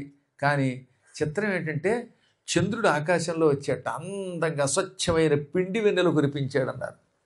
కర్పూరపు క్రోవి భంగి కనుపట్టెన్ రూప. పిచ్చికారీ గొట్టాలు ఉంటాయి కదా, ఆ పిచ్చికారీ గొట్టాల్లో పూర్వం ఏం చేసేవారు? రంగులు పోసుకుని హోలీ పండుగ నాడు జల్లుకునేవారు. ఇప్పుడు ఎలా ఉంది? ఈ బ్రహ్మాండం అనే ఒక పిచ్చికారీ గొట్టంలో పచ్చకర్పూరం వేసి ఆ కర్పూరాన్ని జల్లుతున్నాడా చంద్రుడు అన్నట్టుగా భువన బ్రహ్మాండములు తెల్లని పిండి వెన్నెలతో నిండిపోయాయి. సూర్యుడు అస్తమించాడు. ఆ అస్తమించడం ఎలా ఉందిట? గగనారణ్య చరాంధకార గజమున్ కాలాహ్వయవ్యాధుడచ్చు కబట్టం గమకించి మచ్చిడుటకై చోతాంకుర శ్రేణిచో వగిగల్పించిన కందుకంబనగా సూర్యుండంత వీక్షింపగాదగె మంద ప్రభతోడ పశ్చిమ మహాధాత్రీధరేంద్రంబునన్. సూర్యుడు పడమరకి దిగిపోతున్నాడు, పడమర వైపు కుంగిపోతున్నాడు, అస్తమిస్తున్నాడు. ఇప్పుడేమో ఆ కుంగిపోతున్న సూర్యుడు ఎలా ఉన్నాడు? అస్తమిస్తున్న సూర్యుడు ఎర్రగా ఉంటాడు, తెలుసుగా మీకు, ఈ లాల్చీ రంగులో ఉంటాడు, నారింజ రంగులో. చీకటి వస్తోంది. ఆ దృశ్యాన్ని వర్ణించారండి. ఆకాశం అట ఒక అడవిట, గగన అరణ్య. ఆకాశం ఒక అడవి. ఈ అడవిలో ఒక ఏనుగు తిరుగుతోందట. అడవుల్లో ఏనుగులు తిరుగుతాయిగా, ఈ ఆకాశం అనే అడవిలో ఒక ఏనుగు తిరుగుతోంది. ఎవరా ఏనుగు? చీకటి అనే ఏనుగు. ఏనుగులు నల్లగా ఉంటాయి కదా. ఆకాశంలో చీకటి వస్తుందా, చీకటేమో ఏనుగులో ఉందిట. అడవుల్లో ఏనుగుల్ని పట్టుకోవడానికి కిరాతకులు ఏం చేస్తారు? ఒక గొయ్యి తవ్వి ఆ గొయ్యి మీద ఆకులు కప్పుతారు. అందులో గొయ్యి అని తెలియదు పాపం. ఏనుగు అక్కడికి వచ్చి అందులో పడాలి. పడాలంటే ఏం చేయాలి? ఏనుగు నా గోతి దగ్గరికి రప్పించాలి. రప్పించాలంటే ఏం చేస్తారో తెలుసుగా? లేత మామిడాకులు ఎర్రగా ఉంటాయి, చూసారు ఎప్పుడు మీరు? చిగురుటాకులు ఎలా ఉంటాయి? ఎర్రని చిగుళ్ళతోటి ఒక బంతి తయారు చేస్తారు. బంతి, ఈ చిగుళ్ళ బంతి చూపిస్తారు, మామిడి చిగుళ్ళ బంతి. ఆ చిగుళ్ళని చూచి, ఆ బంతిలో ఉన్నదాన్ని చూసి తినడానికి ఏనుగు పరుగు పరుగును వస్తుంది. వీడిక్కడ గోతికి అవతలు ఉంటాడు, గోతికాడిని అక్కలా కాచుకుని, అదేమో గోతి మీదకి వచ్చేసి ఆకుల మీద కాలేసి డామని గోతులో పడిపోతుంది. ఆకాశం అడవి, చీకటి అనే ఒక ఏనుగు తిరుగుతోంది. దాన్ని కాలుడు, కాలపురుషుడని బోయేవాడు పట్టుకోవాలనుకున్నాడు. పట్టుకోవడం కోసం ఏం చేశాడు? మామిడి చిగుళ్లతో బంతిని తయారు చేశాడు. ఆ మామిడి చిగుళ్ళ బంతిలో ఉందిట ఎవరు? సూర్యుడు. ఎర్రగా ఉన్న సూర్యుడు అలా ఉన్నట్ట. ఒగి చోతాంకుర శ్రేణి చేపైగా మామిడి చిగుళ్లతో అందంగా కల్పించిన కందుకంబనగా బంతిలాగా సూర్యుండంత వీక్షింపగాదగే సూర్యుడు కనపడ్డాడు. ఎక్కడ? అస్తమిస్తూ పడమర వైపు పశ్చిమ మహాధాత్రి ధరేంద్రంబు. అసలు ఏం ఓహరు ఏమ ఆ భాగవతంలో ప్రతి పద్యానికి ఇలా అర్థం చెబుతూ ఉంటే కవిత్వం కూడా వచ్చేస్తుంది. అలంకారాలు తెలుస్తాయి, వర్ణనలు తెలుస్తాయి. పిండి వెన్నెలు కురుస్తోంది, అదేమో ఎలా ఉందట, పిచ్చికారీ గొట్టంలోంచి కర్పూరం తల్లినట్టుందిట. ఆకాశంలో నక్షత్రాలు ఉన్నాయి, ఓ పక్కనేమో చంద్రుడు ఉన్నాడు, మరి కాసేపట్లో సూర్యుడు వస్తాడు. ఆ దృశ్యం ఎలా ఉందిట, సింహం వచ్చి ఏనుగు కుంభస్థలాన్ని చీల్చింది. చీల్చగానే ఏనుగు కుంభస్థలం మీద ఇంతంత ముత్యాల్లాగా మాంసముద్దలు ఉంటాయి, తెలుసు, ఇంతంత మాంసముద్దలు గుడికల్లా తెల్లగా ఉంటాయి. ఈ తెల్లని మాంసముద్దలు రక్తంతో కలిసి ఆకాశంలో వెదజల్లబడ్డాయా. సింహం అంటే అరుణుడు, సూర్యకాంతి, తెల్లవారుజామునొస్తున్న ఎర్రని అరుణకాంతి సింహం అట. చీకటి ఏనుగట. ఆ ఏనుగు కుంభస్థలాన్ని చీల్చిందిట ఈ అరుణకాంతి. చీలిస్తే క్రమంగా వెలుతురు వస్తుందిట. ఆ వెలుతురు ఆకాశంలో ఎర్రగా కనపడుతోందిట, అది రక్తంలో ఉందిట. నక్షత్రాలలో ఉన్నాయిట, ఈ ఏనుగు మెదడులోంచి బయటకు వచ్చిన మాంసం ముద్దలు ముత్యాల్లా కనపడుతున్నాయిట.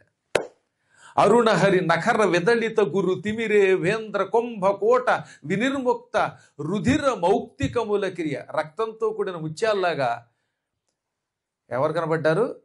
సూర్య భగవానుడు కనపడుతున్నాడు. సూర్యోదయ సమయంలో అలా కనపడుతున్నట్ట. ఆహా, ఎంత అద్భుతమైన వర్ణన.